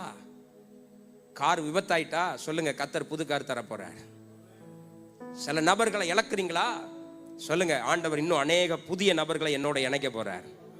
glory to God. மூணாவது, அப்போஸ்தலர் 27 அதிகாரத்துல கப்பல் பிரயாணத்துல பவுல் இருக்கிறார். 276 பேர் கப்பல்ல இருக்காங்க. 13 நாட்களா சூரியனையும் சந்திரனையும் பார்க்கல. கப்பல்ல இருந்த கோதுமை, அரிசி, நெல்லு எல்லாம் கடல்ல வீசியாச்சு. இன்னும் இருட்டு தான். சூழ்நிலை பயங்கர மோசம். நாமளா இருந்தா என்ன செய்யணும் தெரியுமா? ஆறுதலின் தெய்வமே எப்போது வருவீரையா அப்படி பாடிட்டு இருந்திருப்போம். பவுல் அத்தனை பிரச்சனைக்கு மத்தியில எழும்பி நின்று சொல்றான், நான் ஆராதிக்கிறவரும் நான் சேவிக்கிறவரும் ஆகிய இயேசு கிறிஸ்துவுடைய தூதனானவர் நேற்று என் கனவில் வந்து உனக்காக அத்தனை பேரையும் நான் தூக்க போறேன், ஒருத்தன் தலையில இருக்கிற முடி கூட கீழே உள்ளாதுன்னு சொன்னாருன்னு எழும்பி நிற்கான். 14 நாட்களா சூரியனையும் சந்திரனையும் பார்க்கலன்னா உங்க முகம் எப்படி இருக்குன்னு எனக்கு தெரியும். சரியா? அங்க சூழ்நிலை மோசமான சூழ்நிலை. ஆனா பவுல் கிட்ட இருந்த மனநிலை வேற லெவல் மனநிலை. கர்த்தர் அவனை கொண்டுதான் அத்தனை பேரையும் பாதுகாத்தார். ஆமென். ஐந்தாவது, 2 கொரிந்தியர் 8:1-2 இதை மட்டும் படிப்போம். 8:1-2 2 கொரிந்தியர் 8ஆம் அதிகாரம் 1ஆம் 2ஆம் வசனத்தை வாசிப்போம்.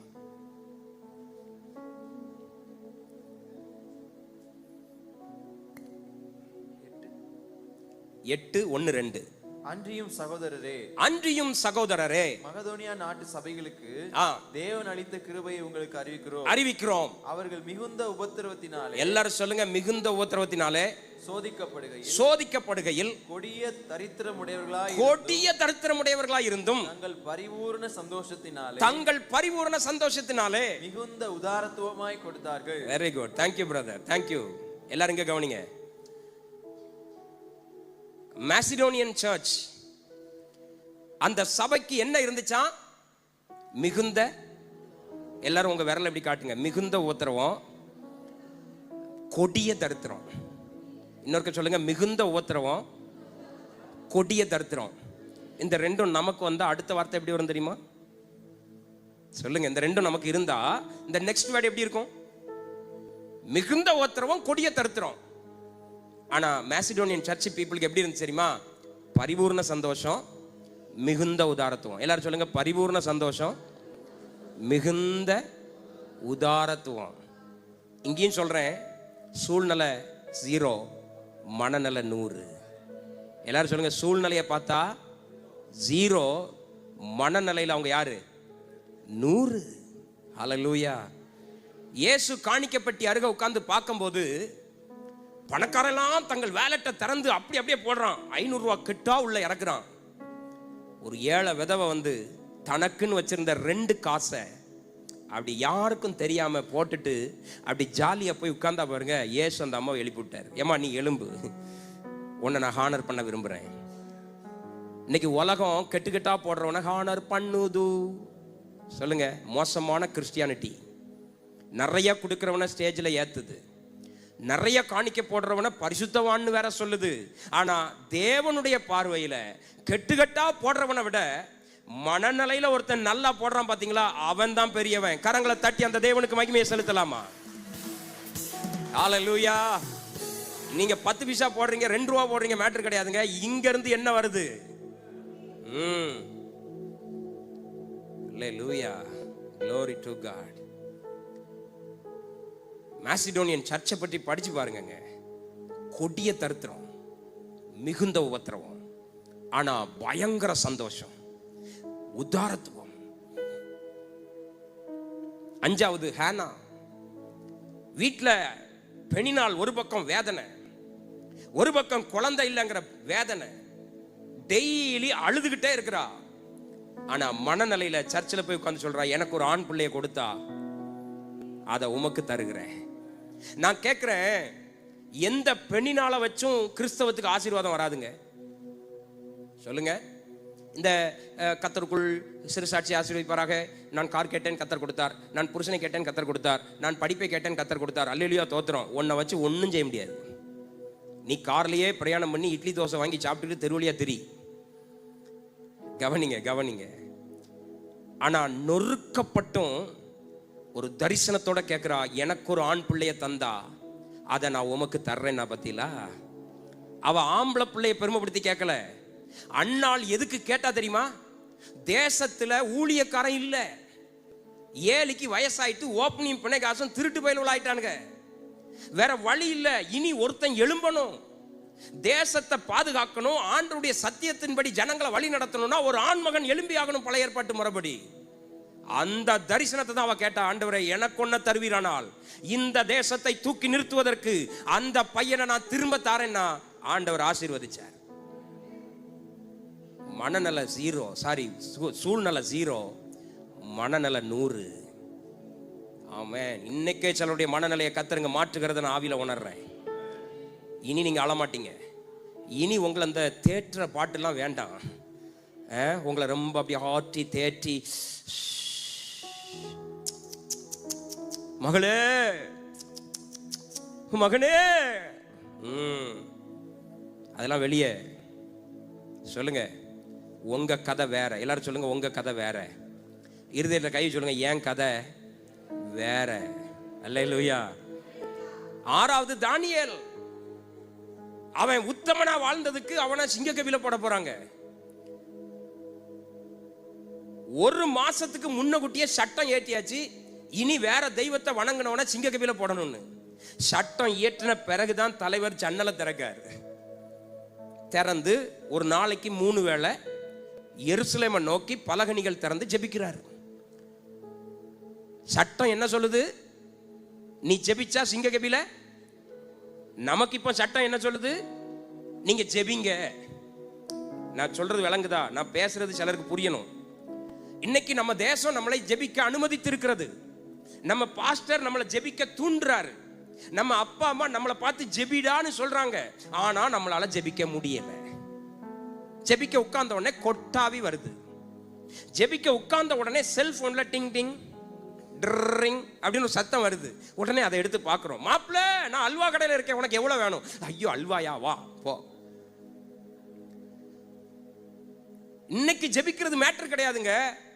இன்னைக்கு நீங்க 12 மணி நேரம் ஜெபிக்கலாம், இன்னைக்கு நீங்க 48 மணி நேரம் ஜெபிக்கலாம், பிரச்சனை கிடையாது. ஆனா தானியேல் எப்ப ஜெபித்தார்? ஜெபிச்சா மரண தண்டனைன்னு சொன்ன பிறகுதான் ஜெபித்தார். சொல்லுங்க அல்லேலூயா.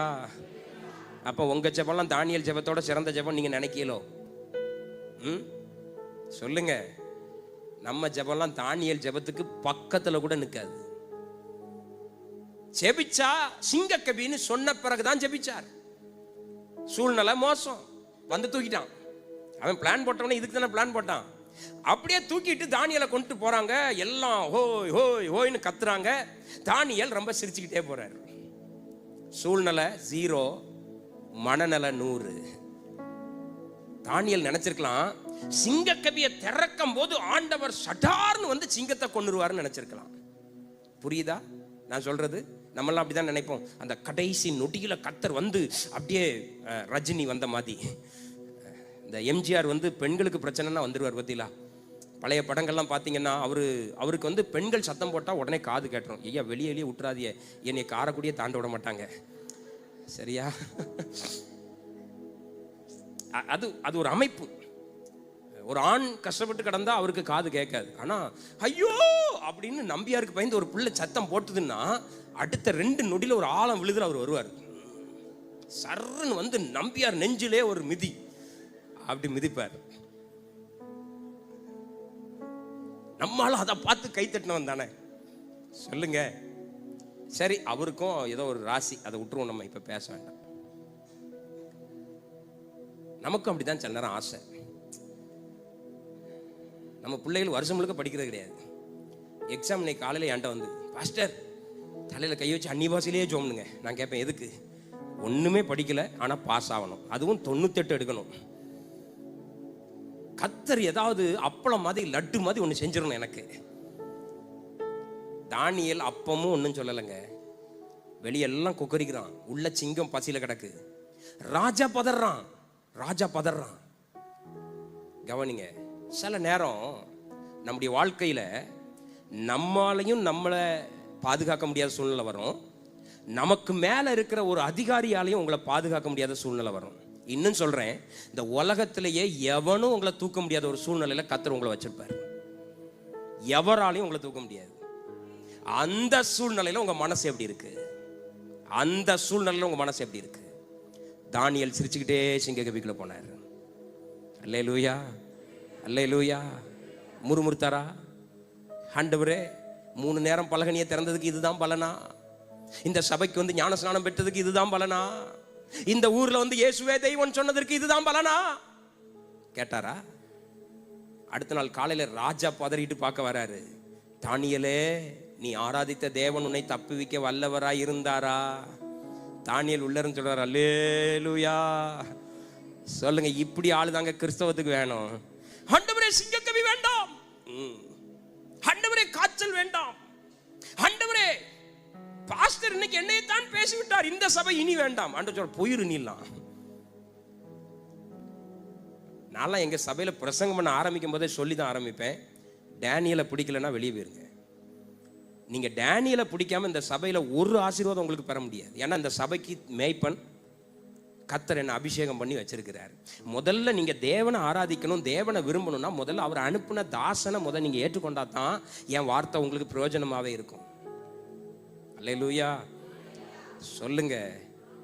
தானியலுடைய சூழ்நிலை 0, மனநல 100. வெளியே வந்து முறுமுறுத்தாரா? யோசிக்கல. ராஜா, என் ஆண்டவர் இப்படி என்ன உள்ளெல்லாம் அனுப்புவார்னு யோசிக்கல. சொல்லுங்க, தானியலை போல சிங்கக்கபிக்குள்ள உள்ள இருந்தாலும் நீங்க சொல்லணும், ஆராதிப்பேன், நான் ஆராதிப்பேன், ஆண்டவர் இயேசுவை ஆராதிப்பேன், ஆராதிப்பேன், நான் ஆராதிப்பேன், ஆண்டவர் இயேசுவை ஆராதிப்பேன். ஹல்லேலூயா, ஹல்லேலூயா, ஹல்லேலூயா, ஹல்லேலூயா. எங்க இருந்து பவுலும் சீலாவும் எங்க ஆராதிச்சாங்க? சிறையில் இல்லைங்க. சிறையில் காலும் கையும் கட்டப்பட்டவர்களாய், தொழு மரத்தில் கட்டப்பட்டவர்களாய். That is called worship. ஏசியை போட்டு சேரை போட்டு ஆம் சேரை கொடுத்து வந்து உட்காந்து நல்லா காலை நீட்டி கால் மேலே கால் போட்டு ஆராதிப்பேன், நான் ஆராதிப்பேன். அதுலேயும் சில ஆட்கள்லாம் அப்படி கொஞ்சம் அசைஞ்சா ஃப்ளீட்ஸ் போயிருமா. அப்படிதானே? என்ன பாஸ்டர் எலும்புலாம் சொல்கிறீங்க? நாங்கள் எலும்புனா ஃப்ளீட்ஸ் கலைஞ்சிருங்களா?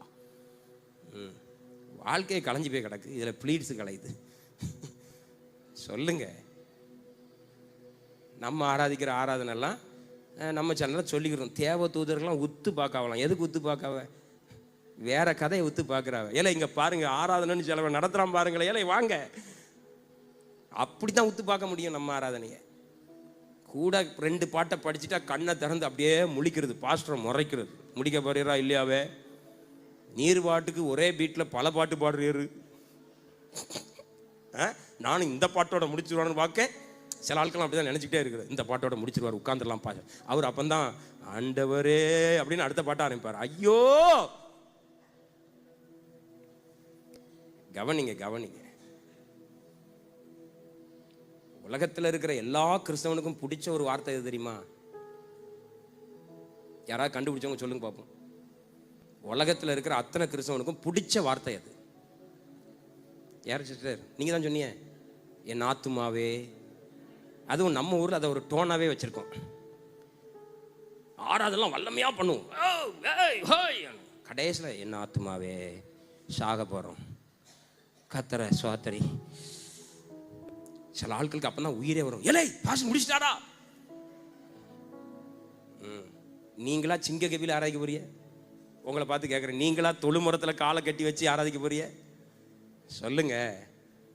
மனநிலைக்கு தான் கத்தர் மார்க் கொடுப்பாருங்க. சார், நேரம் ஆயிட்டு இன்னொரு 6 பேரை சொல்லுவேன்னு இருக்கேன். அதை ரொம்ப சீக்கிரமாக முடிக்க போகிறேன். சரிதானா? வயிறு பசிக்கிறவங்களும் அல்லையிலே சொல்லுங்க. சார், இவ்வளோ பேசுகிறேன்னா வயிறு பசிக்கும்னு நினைக்கிய? நான் சொல்கிறேன், இங்கே இருக்கிற ஒருத்தர் கூட வயிறு பசிக்காது. இப்போ வேணால் தைரியம் இருந்தால் போய் தட்டில் போட்டு சாப்பிட்டு பாருங்கள், ஒரு உருண்டை கூட உள்ள இறங்காது. உங்களுக்கு விருப்பம் இருந்தால் செக் பண்ணி பாருங்கள். இறங்கிட்டா நான் இறங்கி வந்துடுறேன். தம்பி செக் பண்ணுறீங்களா? கர்த்தருடைய வார்த்தை வல்லமையாக வரும்போது சோறு நினைவே வராது. ஆமென். ஆனால் இனிமே தான் பிரசங்கத்தினுடைய மைய பகுதிக்கு வந்திருக்கேன், முக்கியமான பகுதிக்கு வந்திருக்கேன். தங்களுடைய வாழ்க்கையில் சூழ்நிலைலாம் 100 இருந்து மனநிலையில் 0 வாழ்ந்த 6 பேரை காட்ட போறேன். எல்லாரும் சொல்லுங்க. சூழ்நிலை 100 சொல்லுங்க, சத்தமா சொல்லுங்க. சூழ்நிலை, ஆனா மனநிலை 0. பார்க்கலாமா? அவங்க யாருன்னு அறிய ஆசை இருக்கா? கைகளை வைத்து ஒரு அல்லேலூயா சொல்லுங்க. அல்லேலூயா. நம்பர் 1 நாபால். குறிச்சு வச்சுக்கிடுங்க, நாபால். இந்த நாபால் யார்? காலேபினுடைய ஜீன். எல்லாரும் சொல்லுங்க, காலேபினுடைய சந்ததி. 20 லட்சம் ஜனங்கள்ல 2 பேர் தான் எங்க வந்தான்? கானானுக்கு வந்தான். அதுல ஒருத்தர் யாரு? யோசுவா. இன்னொருத்தர் யாரு? காலேப். இந்த காலேபினுடைய சந்ததியில வந்தவர் தான் நாபால். நல்லா புரிஞ்சிடுங்க. 2வது, இவருக்கு சூழ்நிலை எப்படி 100 இருந்துச்சுன்னா, உலகத்திலேயே அறிவான அழகான ஒரு பெண் இவனுக்கு மனைவியா இருந்தாள். அவள் பேர் என்ன? அபிகாயில். பைபிள்ல பெண்களை அழகுபடுத்தி பேசுறது பைபிள்லையும் இருக்கு. பெண்களை ரொம்ப அழகானவான்னு சொல்லும். ஆனா அதே பைபிள் தான் அழகான பெண் அறிவில்லைன்னா பண்டியின் மூக்கில் உள்ள பொன் மூக்குத்திக்கு சமானம்னு பைபிள் சொல்லுது. அதை யார் எழுதினான்னா 1000 பொண்டாட்டிகளை பார்த்த சாலமோன் எழுதினார். அவர் தான் அதுக்கு சொல்ல தகுதியானவர். இப்போ எங்களுக்கெல்லாம் அதுக்கு தகுதியே கிடையாது. அவர் அதை சொல்லியிருக்கார். அப்போ ஒரு பெண்ணுக்கிட்ட அழகும் கொட்டி கிடக்கு, அறிவும் கொட்டி கிடக்குன்னா அவன் எவ்வளோ பெரிய ஆளு சொல்லுங்க. அவ்வளோ பெரிய ஆளுங்க நாபால். 3வது, தாவீது தன்னுடைய தேசத்தை விட்டு ஓடி வந்தப்ப இந்த நாபால் தோட்டத்து பக்கத்துல தான் குடியிருந்தான். இந்த நாபாலினுடைய மந்தைகள் பக்கத்துல தான் தாவீது குடியிருந்தான். சோ தாவீதுக்கும் நாபாலுக்கும் நல்ல ஒரு தொடர்பு. புரியுதா? நான் சூழ்நிலையை சொல்லிட்டு இருக்கிறேன். நம்பர் 1 காலேபினுடைய சந்ததி. நம்பர் 2 அபிகாயிலுடைய கணவனார். நம்பர் 3 அபிஷேகம் பண்ணப்பட்ட வரப்போகிற தேசத்தில் ஒரு பொன் ஆட்சியை கொடுக்க போகிற தாவீதுக்கு இவன் நண்பனாய் பல வருஷம் வாழ்ந்தான். சூழ்நிலை எல்லாம் எப்படி இருக்குது? எல்லாரும் சொல்லுங்க. சூழ்நிலை 100. ஆனா இவன் எப்படி செத்தான் சொல்லுங்க. இவனை பற்றி இவன் பொண்டாட்டியை சாட்சி கொடுக்கிற அவன் ஒரு துராகிரதன். சொல்லுங்க. அவன் ஒரு குடிகார பய. அவன்கிட்ட யாருமே பேச முடியாது. தாவீது வந்து நிற்கிறான் அடிக்கிறதுக்கு. அப்போ அபிகாயில் காலில் விழுந்து சொல்றா, அவனை விடியா, உன் குவாலிட்டி என்ன, அவன் குவாலிட்டி என்ன, உன் அபிஷேகம் என்ன, அவன் அபிஷேகம் என்ன, அவனை போய் அடிக்க வந்திருக்க, அவன் ஒரு நாய் அப்படிங்கிறா. கவனிங்க, சில ஆட்களுக்கு கத்தர் எல்லாம் சிறப்பாக கொடுக்குறாரு, ஆனால் மனநல சீரோவெல்லாம் இருக்கான். சொல்லுங்க, நல்ல பொண்டாட்டி இருக்கா, நல்ல பிள்ளைகள் இருக்கு, நல்ல சபையை கொடுத்துருக்காரு, நல்ல போதகரை கொடுத்துருக்காரு, நல்ல என்வாயர்மெண்ட்டை கொடுத்துருக்காரு, நல்ல ஆங்கிலத்தை கொடுத்துருக்கிறாரு, நல்ல திறமைகளை கொடுத்துருக்காரு, ஆனால் மனநலையில் எப்படி இருக்கிறான்? யாரும் அவங்ககிட்ட பேச முடியாத சீரோவா சிலமை இருக்கிறான். அதில் முதல் நாபால். இன்னைக்கு ஆவியானவர் அந்த சபைக்கு சொல்லுகிறார், உனக்கு தந்திருக்கிற சந்தோஷங்களையும் உங்களுக்கு தந்திருக்கிற நல்ல சூழ்நிலைகளையும் சந்தோஷமாக என்ஜாய் பண்ண பழகுங்க. கத்தர் ஒரு கார் தந்திருக்கிறாரா, அடிக்கடி அந்த காரில் சந்தோஷமாக போயிட்டு வாங்க. கத்தர் ஒரு கணவனை தந்திருக்கிறாரா, அவரோட சந்தோஷமாக வாழுங்க. கத்தர் ஒரு மனைவியை தந்திருக்கிறாரா, ஹாப்பியாக வாழுங்க. கத்தர் ஒரு திருச்சபையை தந்திருக்கிறாரா, ஹாப்பியாக சர்ச்சுக்கு வாங்க. உங்கள் மனநிலையில் மாற்றம் வராமல் பார்த்துக்கிட்டுங்க. அல்லேலூயா. சபையில் உங்களை குறித்து சாட்சி சொல்லணும். இந்த பிரதரா ஒரு தாழ்மையான பிரதர், இந்த சிஸ்டரா ஒரு நல்ல சிஸ்டர், அவங்ககிட்ட பேசினா ஒரு கர்த்தருடைய வார்த்தை வரும். உங்களுக்கு கர்த்தர் ஏன் சூழ்நிலையை 100க்கு 100 மாற்றி தர்றார்? நீங்கள் இன்னும் அநேகருக்கு இயேசுவை சொல்ல. ஆனால் சூழ்நிலையை 100 தந்த பிறகு தாவீதுக்கு விரோதமாக கொடி பிடிச்சிங்கன்னா என்ன நடக்கும் சொல்லுங்க? Number 1 Nabal, number 2 மீகாள். எழுதி வைத்துக் கொள்ளுங்க. சூழ்நிலை 100, மனநல 0. இந்த அபிகாயில் யாருக்கு மகளாய் பிறந்தவள் தெரியுமா? அபிஷேகம் பண்ணப்பட்ட முதல் ராஜாவுக்கு முதல் மகளாய் பிறந்தவள், சவுலினுடைய குமாரத்தி. நம்பர் 2, இவளுக்கு கிடைச்ச புருஷன் யாரு தெரியுமா? அபிஷேகம் பண்ணப்பட்ட 2வது ராஜா. முதல் ராஜா அப்பா, 2வது ராஜா புருஷன். 3வது யாரு தெரியுமா? யோனத்தானுக்கு சகோதரி. யோனத்தான் யாரு தெரியுமா? தான் ஆயுததாரியோட 1 மேன் ஆர்மியா மலையில ஏறி தேசங்களை பிடிச்சவன். சூழ்நிலை எல்லாம் 100 100 100. ஆனா மனநிலையில இவ யாரு தெரியுமா? சொல்லுங்க, 0. தாவீது தேவனுடைய பெட்டியை தூக்கிட்டு இஸ்ரவேலுக்குள்ள வர்றாரு, சீயோன் பட்டணத்துக்குள்ள வர்றாரு. அவருக்கு என்னன்னா, தேவனுடைய பெட்டிக்கு முன்னாடி நான் ராஜவஸ்திரம் எதுக்குடா உடுக்கணும்னு சொல்லி ராஜவஸ்திரத்தை களைஞ்சி போட்டுட்டு ஒரு நார்மல் வஸ்திரத்துல டான்ஸ் ஆடிட்டே வர்றாரு. ஐயா வாழ்க வாழ்க உம் நாமம் வாழ்க, ஆமென். இதை பார்த்துட்டு மீகாள் என்ன செய்யணும்? இவளும் சேர்ந்து ஆடி இருக்கணும். சொல்லுங்க, இவளும் சேர்ந்து தாவீது கரத்தை பிடிச்சி, யூ ஆர் மை ஹஸ்பண்ட், கடவுள் உனக்கு எனக்கு தந்த புருஷன். ஆனா இவ சொல்றா, யோ நீ எல்லாம் ஒரு மனுஷனா? இன்னைக்கு இஸ்ரவேலின் ராஜா இஸ்ரவேலின் பெண்களுக்கு முன்பதாக எவ்வளவு கேவலப்பட்டார். சூழ்நிலை 100 கொடுத்து உனக்கு என்ன பிரயோஜனம்? உன்னை ராஜாவுக்கு மகளா பிறக்க வச்சு உனக்கு என்ன பிரயோஜனம்? உனக்கு ராஜாவையே புருஷனா கட்டி கொடுத்து உனக்கு என்ன பிரயோஜனம்? உன் புருஷன் தான் இதுவரைக்கும் தேடாத தேவனுடைய பெட்டிய தேசத்துக்குள்ள கவனிக்க முடியலையே, இதை கூட உன்னால பாராட்ட முடியலையே, நீ எல்லாம் ஒரு மனைவியான்னு கர்த்தர் கேட்டார். சிலருக்கு நல்ல சூழ்நிலைகள் உண்டாக்கி கொடுத்திருக்கிறார், அழிக்கிறாங்க. மன வேதனையோடு இதை பிரசங்கிச்சிட்டு இருக்கிறேன். நல்ல மனைவியை கொடுத்திருக்கிறார், மதிக்க மாட்டேங்கான். நல்ல சபையை கொடுத்திருக்கிறார், மதிக்க மாட்டேங்கிறான். நல்ல சரீர பலனை கொடுத்திருக்கிறார், மதிக்காம புகையை விட்டுட்டு இருக்கான். நல்ல கல்லீரல், நல்ல கணையம், நல்ல இருதயம், நல்ல நரம்பு மண்டலம், நல்ல எலும்பு மண்டலத்தை கொடுத்திருக்கிறாரு, டாஸ்மாக்ல போய் கிடக்குறான். கவனிக்கிறீங்களா? அதுக்கு பிறகு பைபிள்ல ஒரு இடத்துல கூட தாவீதின் மனைவியாக மீகாள்னு கர்த்தர் சொல்ல விரும்பல. எல்லா இடத்துலயும் வாசித்து பாருங்க, சவுலின் குமாரத்தி ஆகிய மீகாள். உனக்கு சூழ்நிலை 100 தந்து என்ன பிரயோஜனம்? உன் கையின் பிரயாசங்கள் எல்லாம் ஆசீர்வதிச்சு நீ என்ன பிரயோஜனப்பட்ட? இன்னும் சொல்ல போனா பைபிள் சொல்லுது, அதுக்கு பிறகு தாவீதுக்கும் அவளுக்கும் எந்த கனெக்ஷனும் கிடையாது. பல்தியல்னு ஒருத்தனுக்கு கட்டி கொடுக்குறான் கடைசியில். அந்த பல்தியல் கூட வாழ்ந்தவளையும் கொஞ்ச நாள் கழிச்சு தாவீது திரும்ப ஆட்சிக்கு வரும்போது அவளை கொண்டு வாங்கன்னு சொல்லி தனியா உட்கார வச்சு வாழ வச்சான். அது அவன் கொடுத்த கிரேஸ்.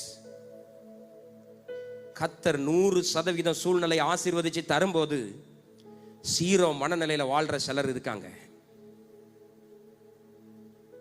இன்னைக்கு எத்தனை பேர் நன்றியுள்ளவர்களா இருக்க விரும்புறீங்க? மீகால மாதிரி என்னாலும் சவுமாரத்தின் பேசுறதுக்கு வச்சிடாதீங்க. நம்பர் 3 யூதாஸ் காரியோத்து. 3.5 வருஷம் இயேசுவே இவன் கூட இருந்தார். இன்னைக்கெல்லாம் நம்ம வாரும் தூய ஆவியன்னு படிக்கிறோம்.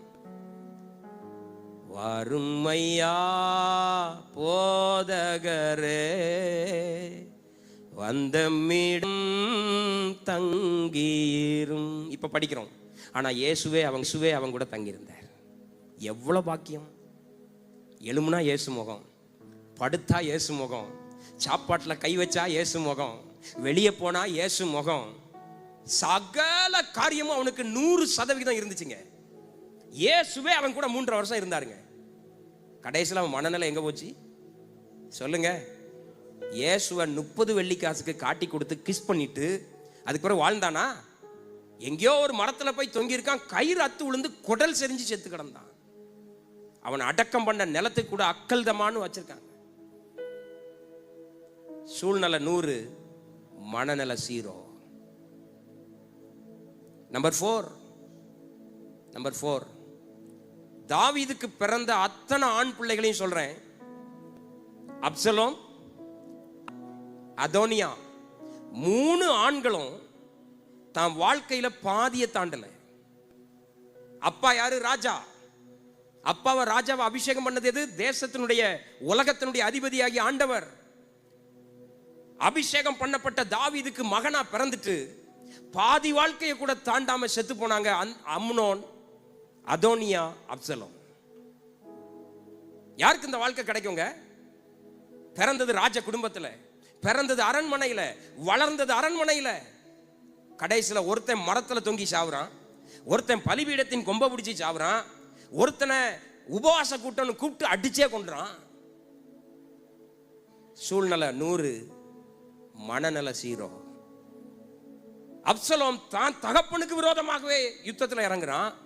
அம்னோன் தன் தங்கச்சிக்கு விரோதமா யுத்தம் பண்றான். அதோனியா தன் சகோதரனுக்கு விரோதமா யுத்தம் பண்ணி செத்தான். சூழ்நிலை 100, மனநிலை 0. 5 சவுல்.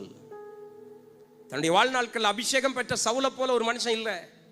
இஸ்ரவேல் தேசத்திலேயே அவன் தோளுக்கு கீழே தான் அத்தனை பேர் இருந்தாங்க. கர்த்தர் அப்படி அவனை வச்சிருந்தார்.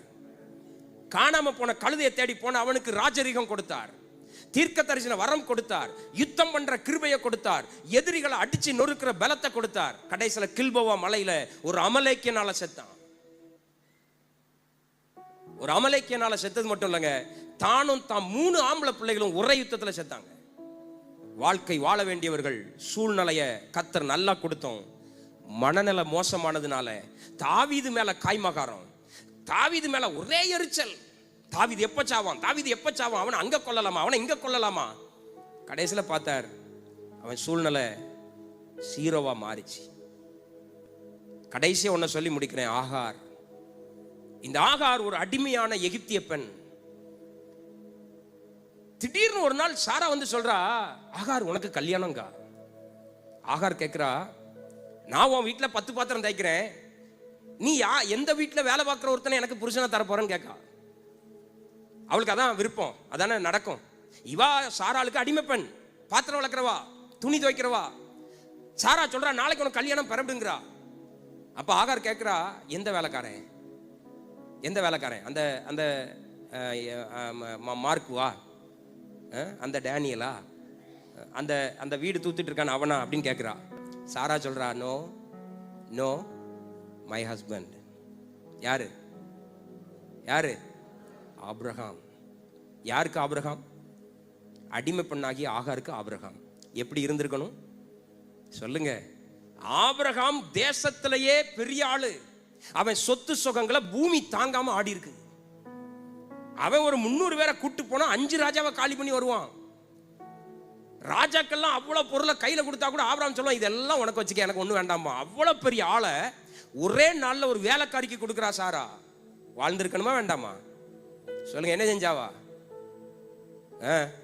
தன் கர்ப்பவதி ஆன உடனே நாச்சியாரை அவமானப்படுத்தினாள். யார? வாழ வச்ச நாச்சியாரை கேவலப்படுத்தினா. ஒரு காரியம் சொல்லி தரேன், உங்களை இந்த உலகத்துல வாழ வச்சவங்களை அவமானப்படுத்தாதீங்க. அது அப்பா அம்மாவா இருக்கலாம், கூட பிறந்த அண்ணன் தம்பி அக்கா தங்கச்சியா இருக்கலாம், உங்க பாஸ்டரா இருக்கலாம், உங்களுக்கு கற்றுக் கொடுத்த டீச்சரா இருக்கலாம். உங்களை உயர்த்தி விட்ட நபர்களை ஒரு நாளும் அவமானப்படுத்தாதீங்க.